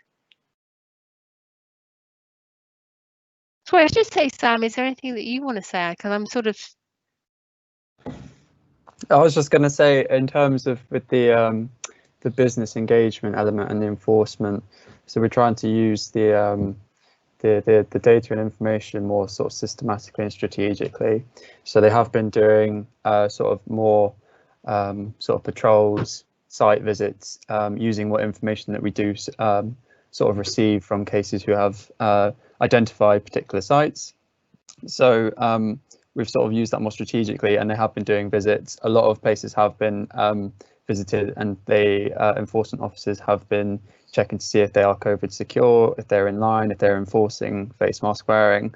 So far, most of the sites they have visited have been compliant, but you know, as Kay said, there are a few on our radar, and we are sort of analysing this information daily and putting it to better use, much more than we did earlier in the pandemic. So yeah, I think it's a big step forward that we've made recently, so which is positive. That's great. Do any councillors have any questions? There is another. Sorry, just one sec. There is another message from an anonymous person, just saying that my mum was vaccinated this week, so really impressed with the rollout with the vaccine in Hounslow. So you know, it's all going all quite well. I just wanted to mention that I've had my vaccine done Monday, just gone, Monday the 18th. The reason why I've had it sooner than probably any of you guys is because I have MS, so I have a low immune system. So it's a really easy procedure. The GP called me, went to my local hospital, they had all the information there. There were a couple of GPs sitting there as well, just running through any medication that you might be concerned about that you're currently taking. And then you go into a room and they stick the jab in you, and then you just got to wait 15-20 minutes just to make sure everything's okay, and then you're free to go home. So it's quite an easy, quite easy process, nothing complicated. But I just wanted to say that have the vaccination and be safe, and you know, be safe for others as well. And all the stuff in the media, you know, this is going to happen, that's going to happen. Don't believe it. Okay, any other councillors? Councillor Munn. Sure, thank you. First of all, Kelly and Sam, can you hear me all right? Yes, yes. Yeah. Okay, so very well done on the report. I thought it was very comprehensive and very informative. really, you know, some of the questions that I have two questions for you. The first one is actually to do with ethnicity. I know you mentioned it slightly, that in terms of testing, that's not being recorded. That's fine. I accept that. But in terms of deaths, that would be recorded. And Yeah. And what I would like to see is certainly the Hounslow element of it as to the level of death rate apportioned to BAME, and seeing as we've got over now the 90,000, it would be good to see on a countrywide how that pans out, whether Hounslow is reflective of that, or whether we are just, you know, as a London borough, an ethnically diverse borough, that we are more prone. That's my first question. So I'm chasing the BMA death rates and percentages as the overall numbers. My second question is really, you know, you've mentioned that this is probably due more to do with the socioeconomic element of it. And this is a long-term problem, and COVID has just highlighted this, underlined it with a great big bold red line to say that this needs to be addressed. Seeing as we got our finance colleague on cabinet here, how is Hounslow Council going to address the lack of investment in areas, Feltham particularly, Heston and Cranford, and the middle of Hounslow? We talk particularly about Hounslow West. We've discussed Hounslow West not just in terms of the public health issue, but we also discussed it in terms of the crime issue, right? So there is a deep-seated, rooted problem there. And how is Hounslow as a council, and I particularly aimed this at Councillor Shantru Rajawat, who is a finance guy, how is he going to address, along with you guys in terms of your public health role, the great disparity of the lack of investment by Hounslow Council into these areas, Feltham, Heston and Cranford, and the middle of Hounslow, so that if there is, shall we say, because we don't know, right, whether it's lockdown 3, lockdown 4, lockdown 5, lockdown 25, we don't know where this is going to terminate. And the last thing we want to do is everybody in the BMA community pop their clogs. So, you know, we really want, you know, some answers on that. Thank you. Yeah. So should I start with your first question? It would be great to have ethnicity recorded and everything, because it would really give us a clear understanding. But people have a choice to choose if they want to record this in terms of testing. I'm talking about. They have a choice to determine whether they decide to record their ethnicity at testing, and many people don't. In fact, many people often give their wrong address and their wrong postcode as well. So yeah, a lot of testing seems to be done a little bit under the radar, and I kind of wonder whether they do that in order to not be contacted afterwards, to ensure that they're isolating, or some people just don't want other people to know where they are. Okay. In terms of the BAME, so the ONS data that Sam has done a report using ONS data up until November. That does include ethnicity because it's based on the Office of National Statistics data, but there is about a 3-month time lag, or it's what, 2 or 3, I think it's 3 months, isn't it, Sam?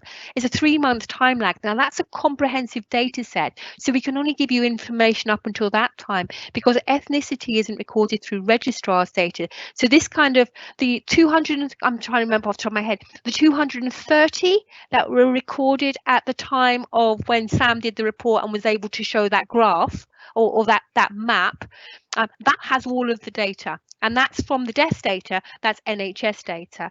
The more recent data from November onwards is our registrar data and some sort of government website data that we're able to utilize. But all that gives us is absolute numbers.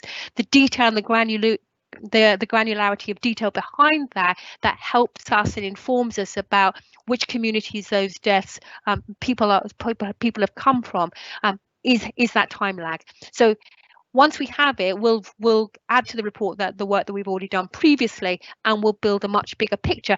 And then we'll be able to think about how do we compare with statistical similar areas, because there's no point comparing us to say, I mean, I live in South Bedfordshire, so no point comparing us to South Bedfordshire. But it might be useful to compare us to sort of Slough or some sort of similar areas of the country where we can say actually our demographic is similar.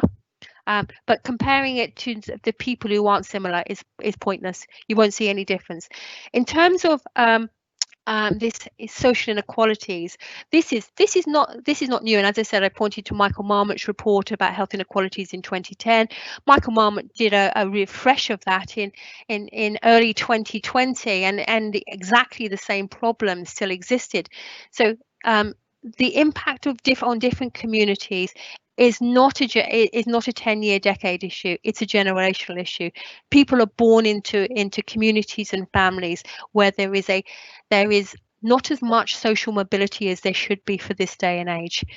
In terms of what the council are doing, I mean, some of this is very, very clear in our recovery plan. About how do we address the inequalities, how do we recover from COVID in a way that has equity and equality, and addressing some of these equality issues. But this is not a short-term solution.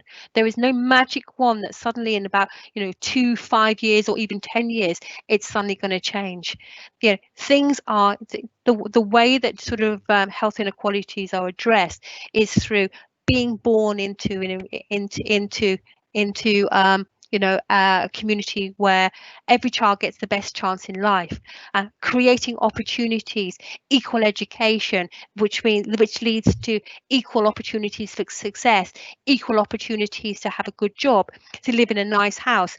That is a long-term commitment, and that is part of our recovery plan is already predicated on what we're already doing, but escalates it, because as you quite rightly said, COVID has just shone a magnifying glass up to what we already knew.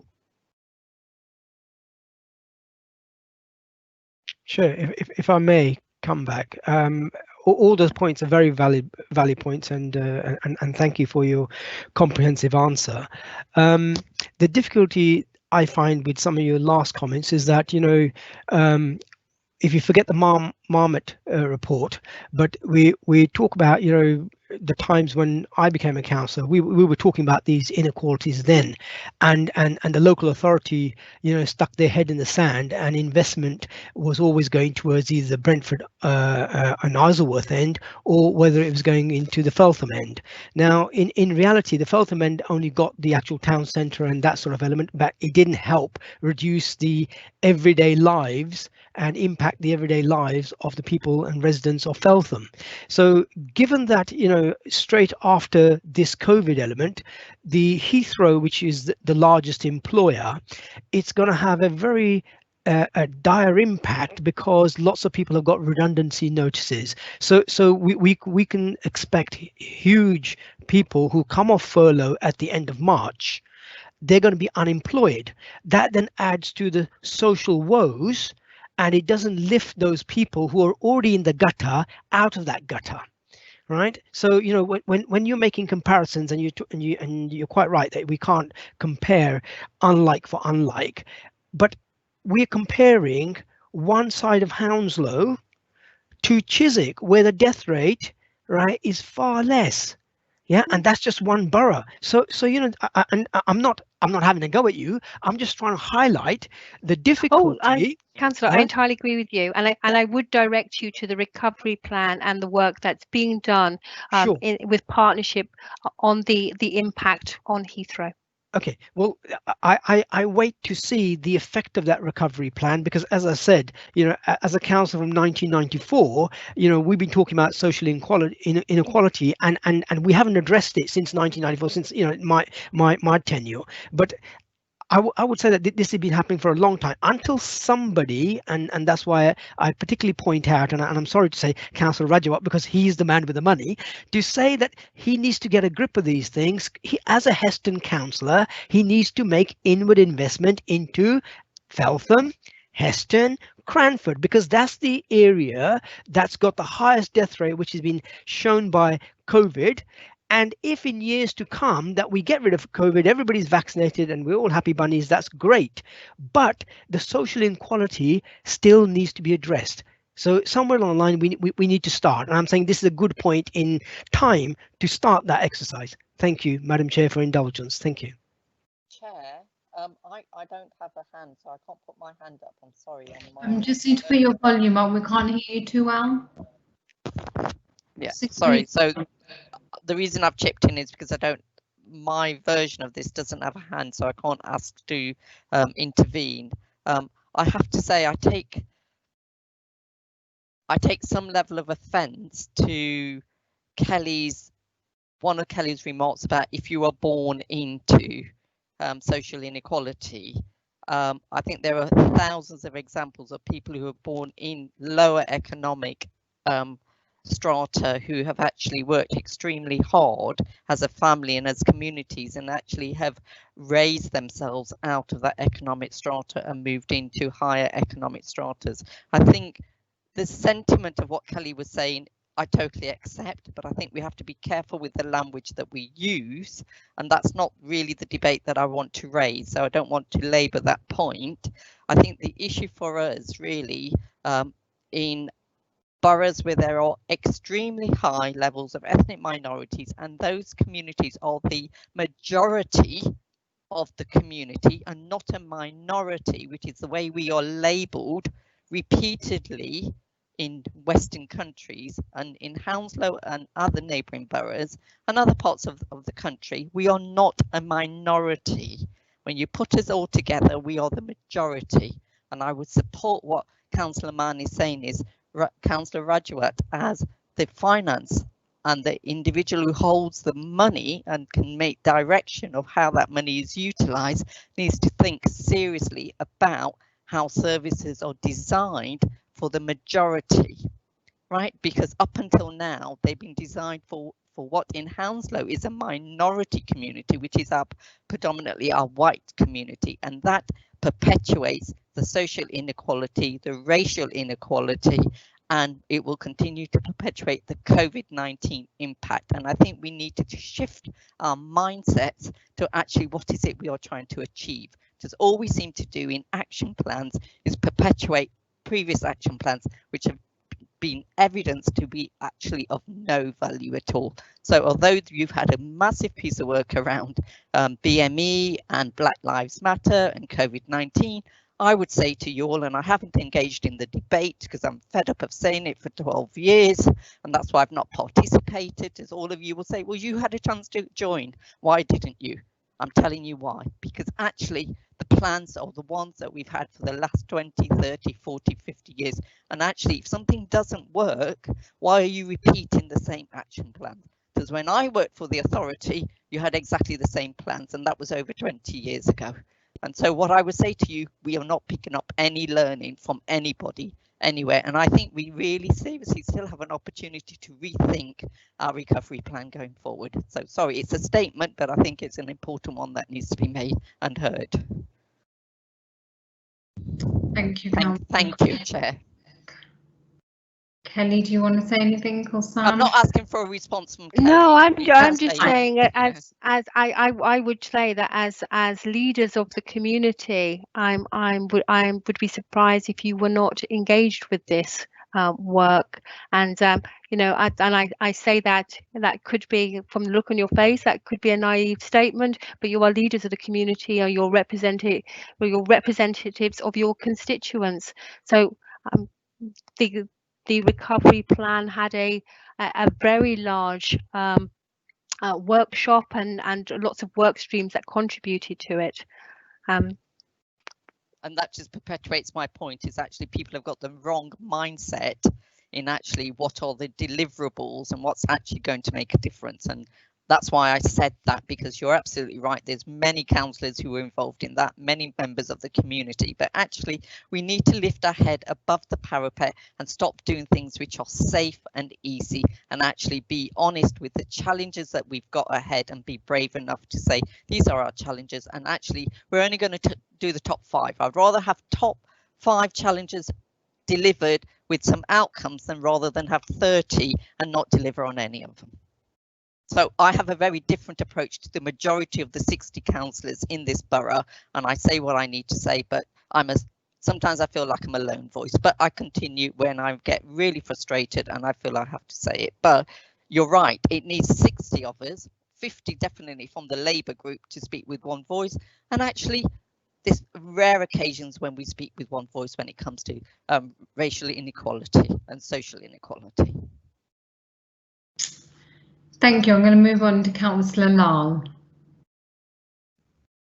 Chair, speaking to the report that's just been presented, and I've already put something up on the chat box, but quite clearly now that Cranford and Heston and some other parts, but we're speaking purely for our constituents in Heston and Cranford per se.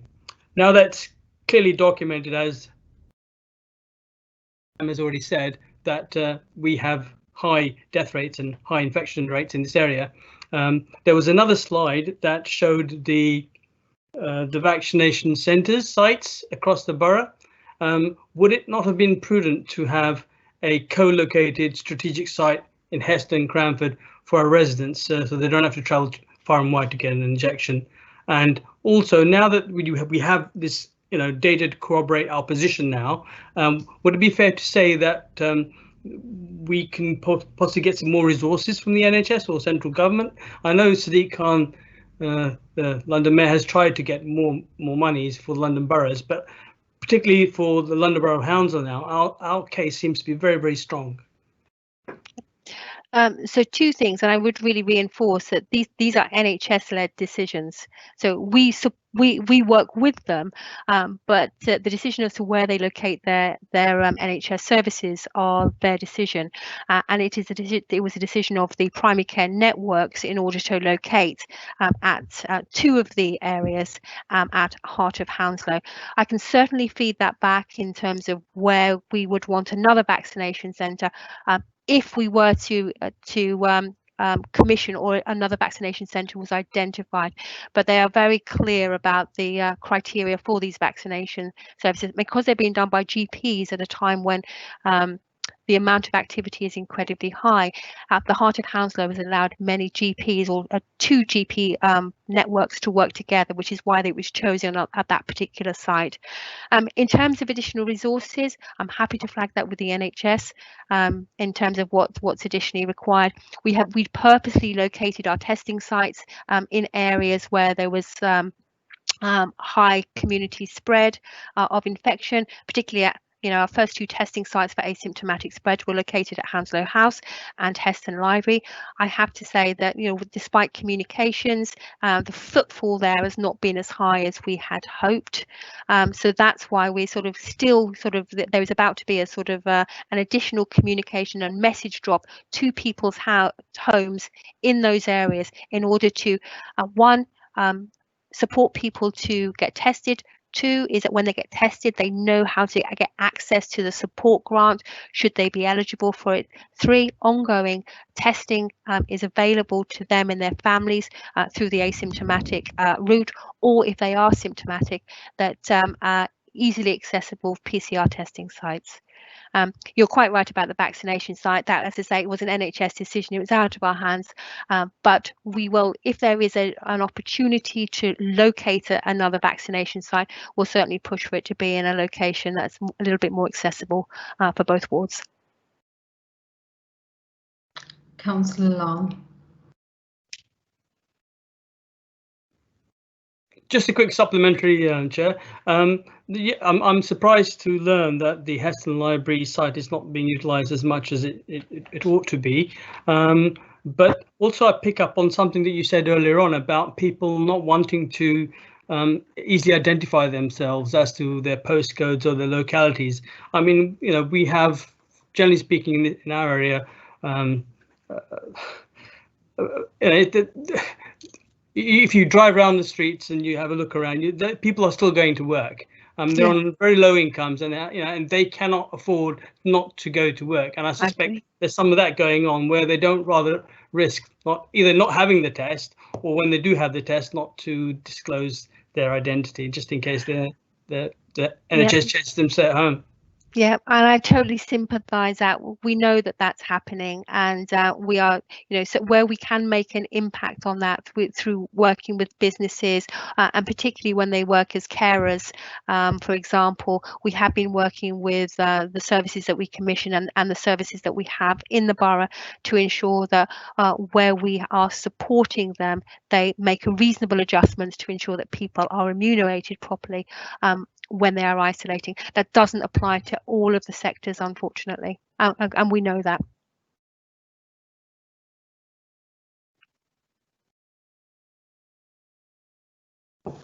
Councillor Malik. Thank you, Chair. Kelly, thank you very much, and Sam, for your informative presentation. And you've been doing for a while in this difficult time. Thank you for that. I work at Heathrow, and I've been working very closely with all the management and the chief executive. He's been on and on and on over the period of time that testing is required for influx and outbound of the passenger. Nothing has been done. I know it's a political decision, but what I'm worried about, that nearly 100,000 people are working at Heathrow Airport, in and around the airport. In Cranford only, particularly, there is a majority Goan community. They live and they work at Heathrow Airport. And the most of them, they live in multiple occupancy and not even registered in a borough register at all. Now, one of the household, it was found, 3-bedroom house, 24 people living in there. So number of people now made redundant a few months ago. Now, as we approaching to end the furlough, second layer of redundancy is on the way. And that is not the end. It was told that there is further redundancy will be as we go along, because the aviation sector is absolutely on their knee. The more redundancies on the way, the more multiple occupancy may happen, because the people, they can't afford to live, the people are struggling for their wages, for food, for everything, and the more they come together to live together to reduce their cost. What is happening and how we are monitoring the household locally, which I'm more worried in Cranford, which I've seen if I see that on Sunday, the church is fully packed for their service and right just around the corner. So I'm fully aware the multiple occupancy within the Cranford, what investment is there to monitor in order to reduce the infection and eventually the death what is occurring within the Cranford and eventually in Heathrow, Hounslow Borough in total. Yeah. So two things. If it's a registered house of multiple occupancy, we will know about it, and we will be able. We have been working with them, and sort of in a proactive way, sort of ensuring that they understand who to contact, whether they can get support. In response to identifying cases in the HMOs when people have tested positive, again we respond with visits to those locations and we link them up where we can with council services, especially when there are children and there are older people on those sites. If we don't know about those sites, we can't do anything about them. So I would ask, councillor, that if you know of a particular site, we can check it against our HMO list, and we'll do something about that. In terms of the churches, we had a conversation. Leader had a conversation with the Hounslow Friends of Faith a couple of weeks ago, and many of them agreed that they would temporarily close their sites. Now, if there's a church in operation that isn't social distancing, because they can act as places of worship for private prayer, if that is not going on, if you can let me know and we'll make sure we look into that. But as far as we know, they shouldn't be open to services, and certainly if they are open for private prayer, they should have COVID secure measures in place. Thank you. Kelly, what I'm particularly concerned about, the people who are living illegal, not on HMO, not on the, there is hardly I can see any household in Cranford. They have something in outbuilding or in their household. Few people are living who work at Heathrow Airport for their additional income, which they are not registered in the council. Those are the people who are causing problem within the Cranford. I don't know what can be done and how we monitor that. Is if you go from one end to the other end, I know most of the household, they have some occupancy from working at Heathrow Airport, which is quite difficult to monitor from the council. But how can we eradicate this problem and eventually will reduce then infection and death as well? This is what I'm more concerned, which are illegal occupancy. Well, I think one, it needs to be done in a systematic way, but actually in the absence of not knowing where these locations fully are, but I'm sure somebody does. It'd be about, one, if we can identify where those locations are, we will use enforcement to go and well, I suppose initially in a supportive way, because for many people, they don't choose to be in a location like that with 24 people in a 3-bedroomed house. So there is something about supporting them and making sure that they're okay, and then thinking about, so what action can we put in place for them? So we need to identify those locations.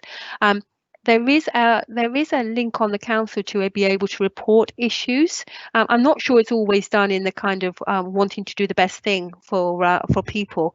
Sometimes it's done in a sort of a trying to get some enforcement in place for other purposes, but actually it can be used in terms of identifying where some of these locations are that we don't know about, and to be able to, as I say, support them and where needed to enforce. Thank you, Kelly. Chair, with your permission, Heathrow Airport, the testing center, which was highlighted from February, which terminal would be? Do you know it? Oh goodness, Terminal 2, I think. I'm thinking Terminal. Yeah. It's one of the car parks, actually. It's one of the car parks, and I don't know because I've never actually been there because it's run by the Department of Health and Social Care. I'm sure it's car park 2. I could be wrong there, but it's one of the car parks. It's okay. 2. Thank you. Chair, with your permission, there was a mention that in Hounslow, there are 2 communities are more likely infection they are in, which is Indian and English community. Now, when you mention about Indian, are you saying that this whole South Asian community, South Asian, which is India, Pakistan, and Bangladesh and all, or just particularly Indian community? No, they're separated, aren't they, Sam, into different South Asian communities? But I just would emphasize that the information about the Indian and the British was for your wards as opposed to across Hounslow. Yeah. But I will also emphasize actually that one of the most major groups in terms of those people infected were the people that don't register with their ethnicity, and that accounts for how many does it count for? 25, 30%? Yeah, was it more? 30%, yeah. 30% of people don't register with their ethnicity. So it's only based on the information that's actually recorded by people. Thank you. Thanks, Chair. Okay, we did have another question from a resident talking about the HMOs. Could this be a reason for the increase in numbers of HMO properties? So yeah, and then there is another one, Kelly, if I could just read it out. What are we doing to urge all communities to have the vaccination for their own safety and the others? Yeah, so we do know that some. So in terms of the HMO, I'm not sure what the actual question is. Do they account for the increasing number of infections? Actually, no, relatively small, I think, because actually there's not a huge number of HMOs, and actually HMOs are the sites that we visit quite regularly. So we tend to know that yes, they do get spread because they share facilities. Yes, they have to act as one household because they share facilities, but they're in many respects they're no different in terms of the numbers of people affected than sort of houses with large families. goodness, sorry, Councillor. What did you? What was remind me what your second question was? Vaccination, just Vaccination. We know that vaccination is going to be quite difficult. There are certain community groups that appear to be more hesitant about getting vaccinated. That's already known. There's been a number of pieces of, I would say, surveys at this point rather than research, surveys that have identified that some Black communities are very, very hesitant to get vaccinated. I think some of the surveys are a little bit unclear as to what is the reason behind, the true reason behind it, because I think we've come up, we did a Q&A webinar, for example, with some of our staff today. And there is a whole host of reasons that appear to be replicated within the community as to why people don't want to get vaccinated. There's a lot of work that's going to be required in order to address that. I'm not sure there's one single answer. I think there are certain groups within our population that's absolutely key. So people who care for other people, one-to-one conversations are had certainly with carers, and we'll continue to have those conversations. I did, before I came on this meeting, see some information that came from our uptake within our care services so far, and Hounslow does have the highest percentage of care staff and agency staff who have so far been vaccinated. I see that as quite positive, but it has required the GP lead and public health to do separate webinars with groups of people from care agencies and care homes, and also one-to-one conversations. And if it means that ends up with people getting vaccinated, but as I say, particularly people who care for other people, that's a positive, and we're happy to invest that time. But I think in terms of sort of wider population, I hope that people look at the right information, the evidence-based, genuine, accurate information from the scientists, from the people who really know, rather than looking at some of the sort of anti-vax hoax material that seems to be quite prolific on sort of social media sites. And Kelly, just one more question. Different sites giving different vaccinations of Oxford and the Pfizer. I mean, I had the Pfizer, but there's somebody that went to a Wembley site and they were given the Oxford. So why is there a difference in the vaccine? So there's two reasons. One is that and we had this I've had this question so many times, and it usually is predicated by, can I choose the vaccination that I want to have? Well, the answer at this time is no, you can't. It is based on the fact that the supply of vaccine is pushed out by the NHS, and often you won't know in advance what that vaccination is going to be. So, for example, I helped out with a vaccination clinic at one of our sheltered accommodations last Thursday, and actually it was a sort of, when people do that kind of gender hitting the ball to, is it a girl or a boy? We stood there waiting to see, well, which vaccination it was, because actually that the process by which we vaccinate beyond a jab in the arm is different for both those vaccinations. So actually it would be really nice to know. I mean, all I can say is that the government have procured a huge amount of AstraZeneca vaccination and less of the Pfizer vaccination, but at the moment people just get what they get, unless of course you are in a care home. If you get it, if you're in a care home, or if that vaccine has to travel somewhere that's not an NHS site, you get the AstraZeneca, because once you deliver the Pfizer vaccination, it has to stay in that location. So people who are housebound, for example, and that work is going to be going on in the next 7 days to get all the housebound vaccinated, and all the care homes which have already been done. They've had the Oxford one because of the logistical ability to move that vaccination around. I did see on Monday when I went to the hospital, the 10 ml bottle with the vaccine in it. Once I went into the room and I rolled up my sleeve, had my arm ready. She then went to a freezer, took the bottle out that was in like a black cover, took the cover off.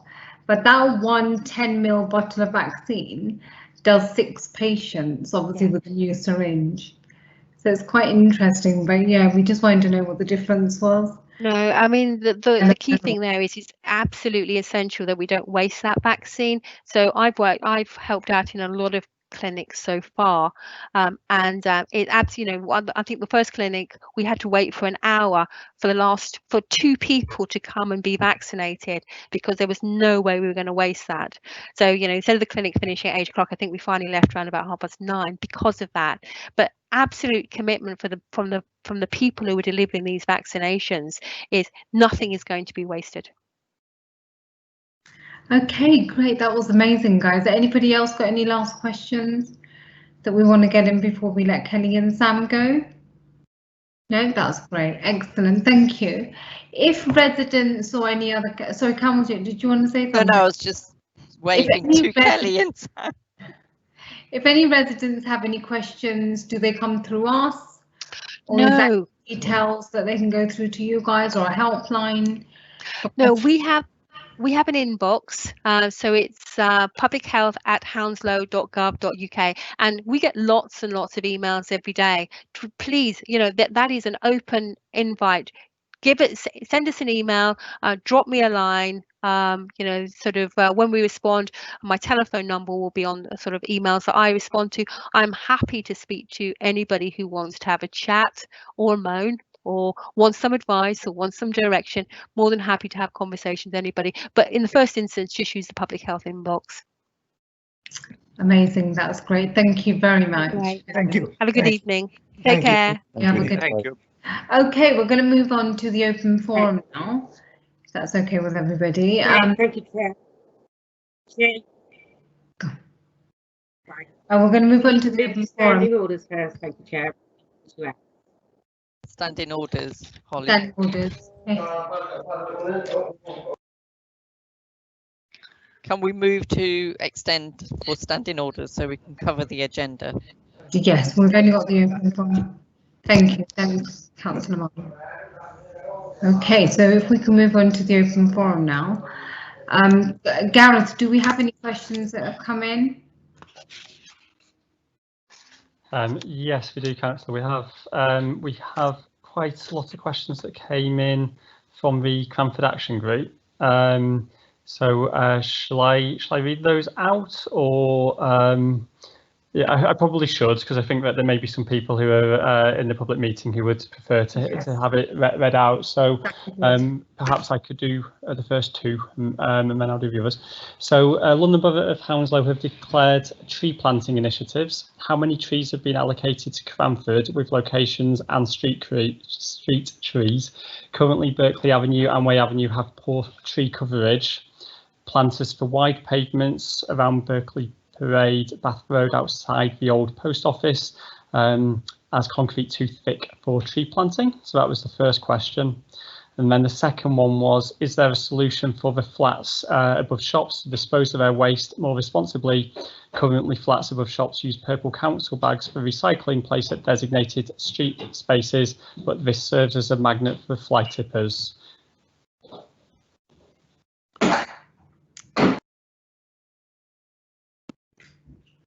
Okay, is there anyone that could help us to answer those? Does anybody? Councillor Malik, do you happen to think, because that's in your ward, isn't it?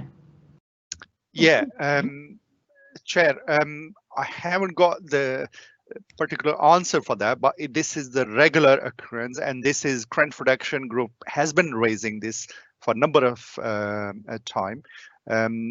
In front of the shops, the people who lives above the shops in the flats are the earlier which are raised that people are living illegally in many houses in Cranford. What they do is when they go out in the morning to work, in the morning, they take the bags with them and leave any bin around there, and that piles up in every single day.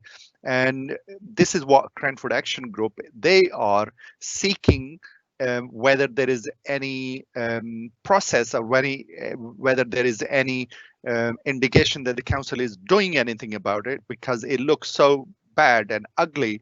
While in front of the shops early in the morning, there are mattresses, there are chairs, there are so many things are sitting there, and on top of the bags which they bring the rubbish alongside. So because they haven't got any bins or recycling bins in place, I don't know what the council I'll ask the cabinet member or so on that whether there is any better solution for that.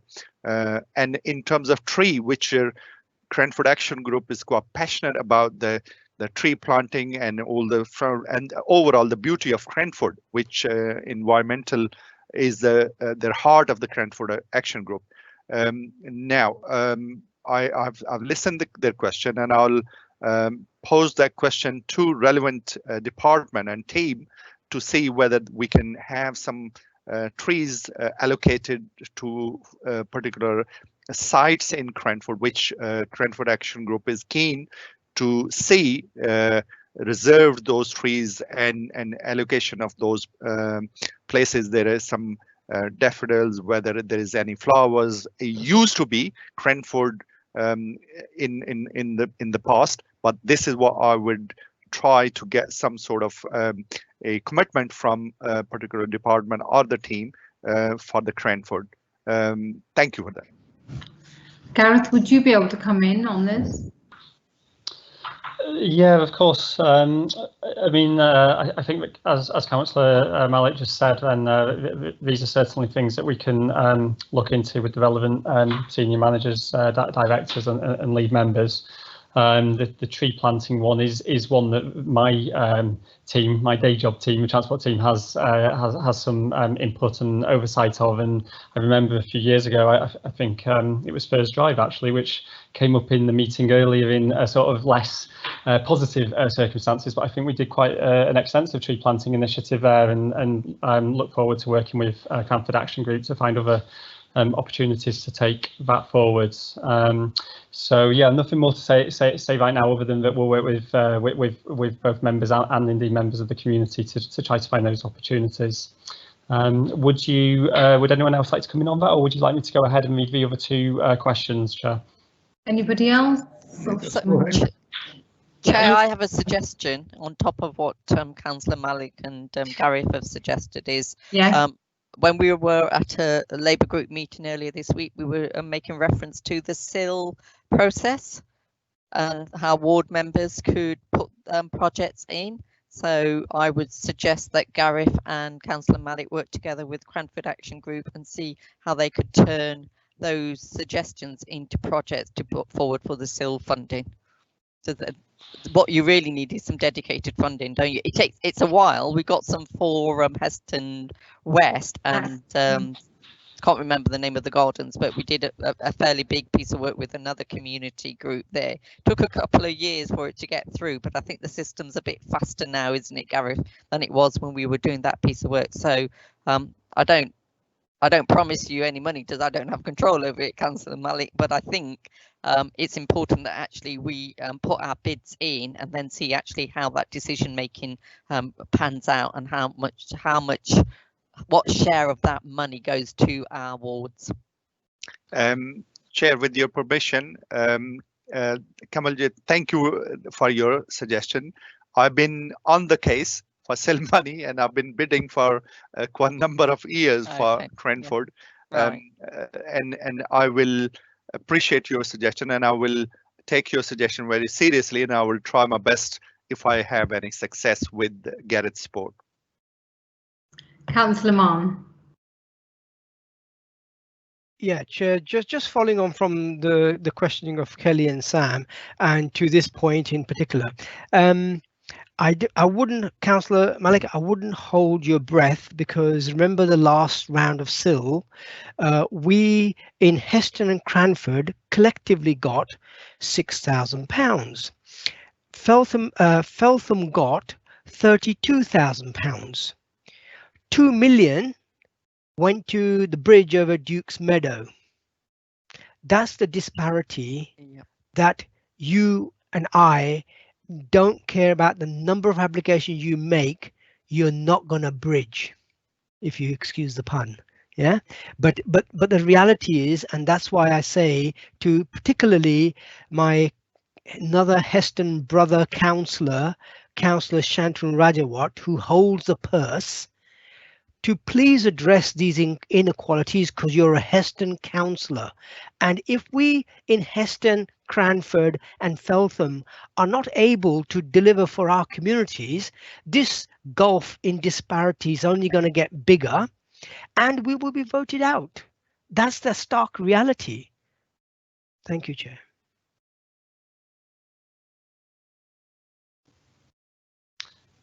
Thank you, Amrit.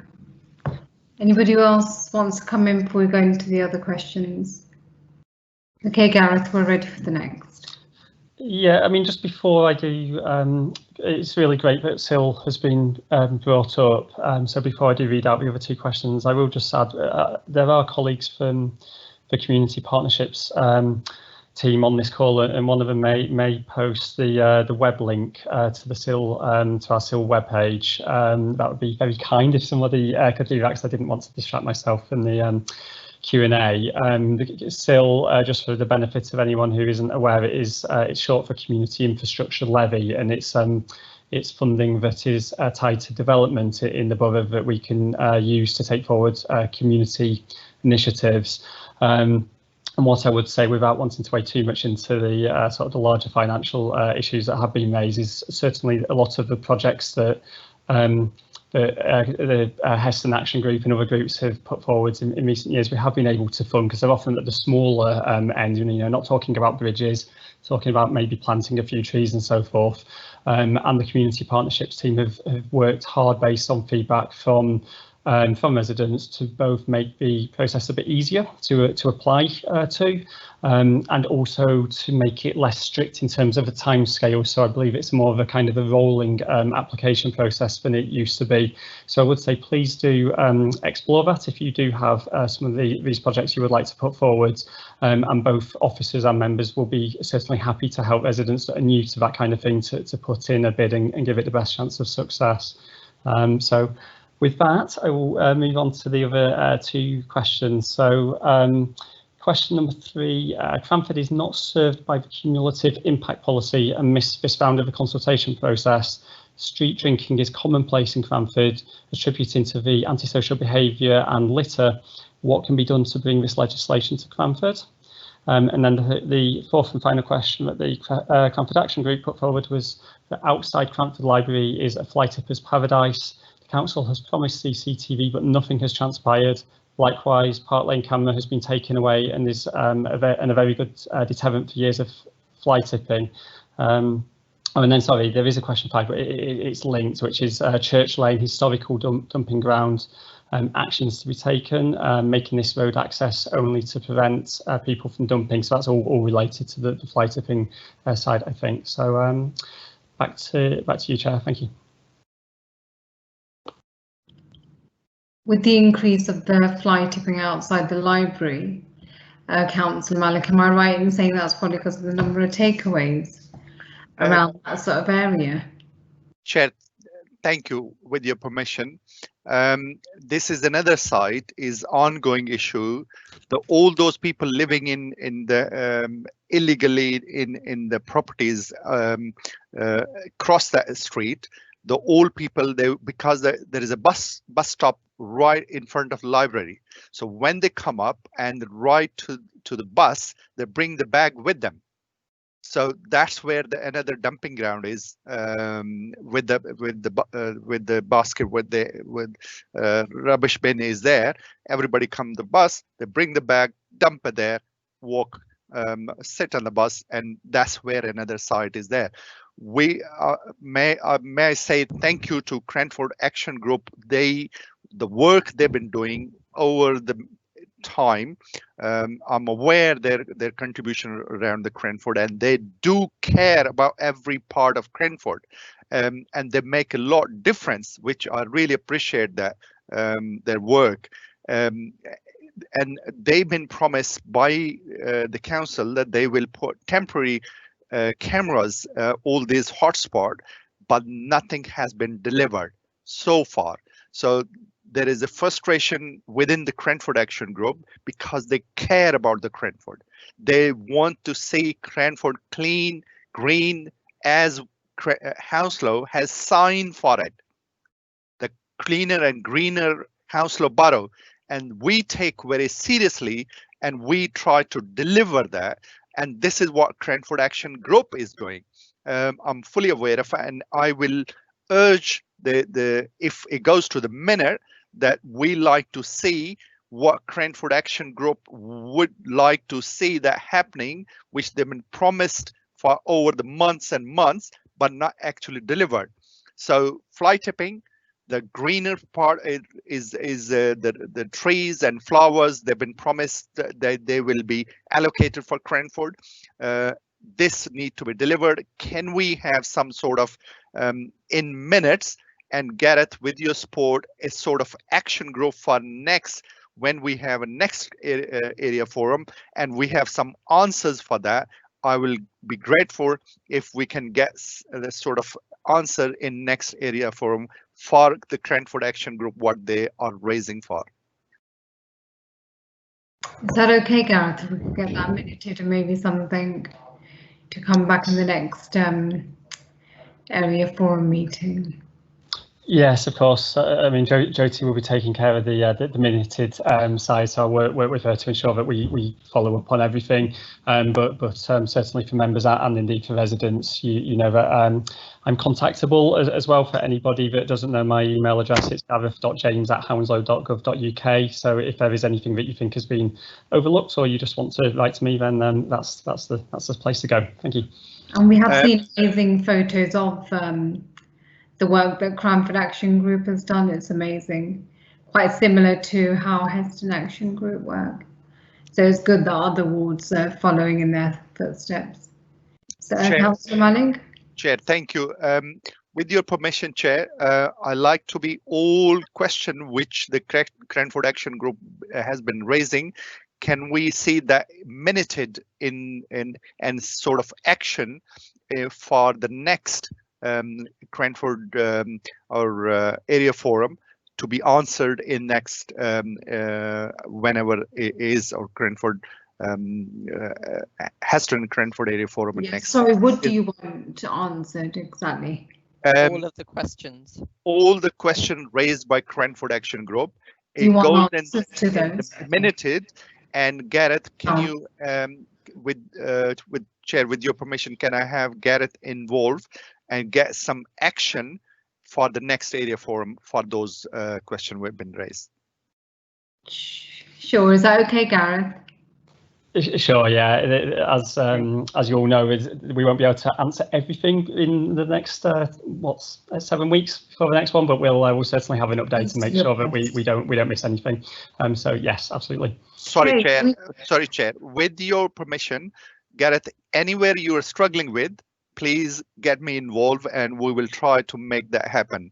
But I'm not expecting everything to materialize in next area forum, but some sort of action group, some we can conclude that next before the next area forum, but some may well be the ongoing, which we will make sure that happen, if that it's okay. Great. Okay, Gareth, do you have any other questions from? Yeah, there's just one final question. I'm just turning the camera back on. I should have done that before. Sorry, I'm sort of. It's always nice to see you. Going between speaking as a area participation officer when I have my camera off, and then as a transport officer. So the final question is whether there's, and again, it's actually I think it sort of relates to one of the questions that was asked earlier. So any updates on the developments opposite Hounslow West Station? So I know that did come up in the police report. And then it says, I am also interested in updates regarding the new park on Bath Road. Any actions to be taken on the extreme increase in fly tipping in the area over the course of the pandemic? So I'm not sure if that actually falls within our ward boundaries, but if I at least want to read the question out, and then I'll leave that to members. Thank you.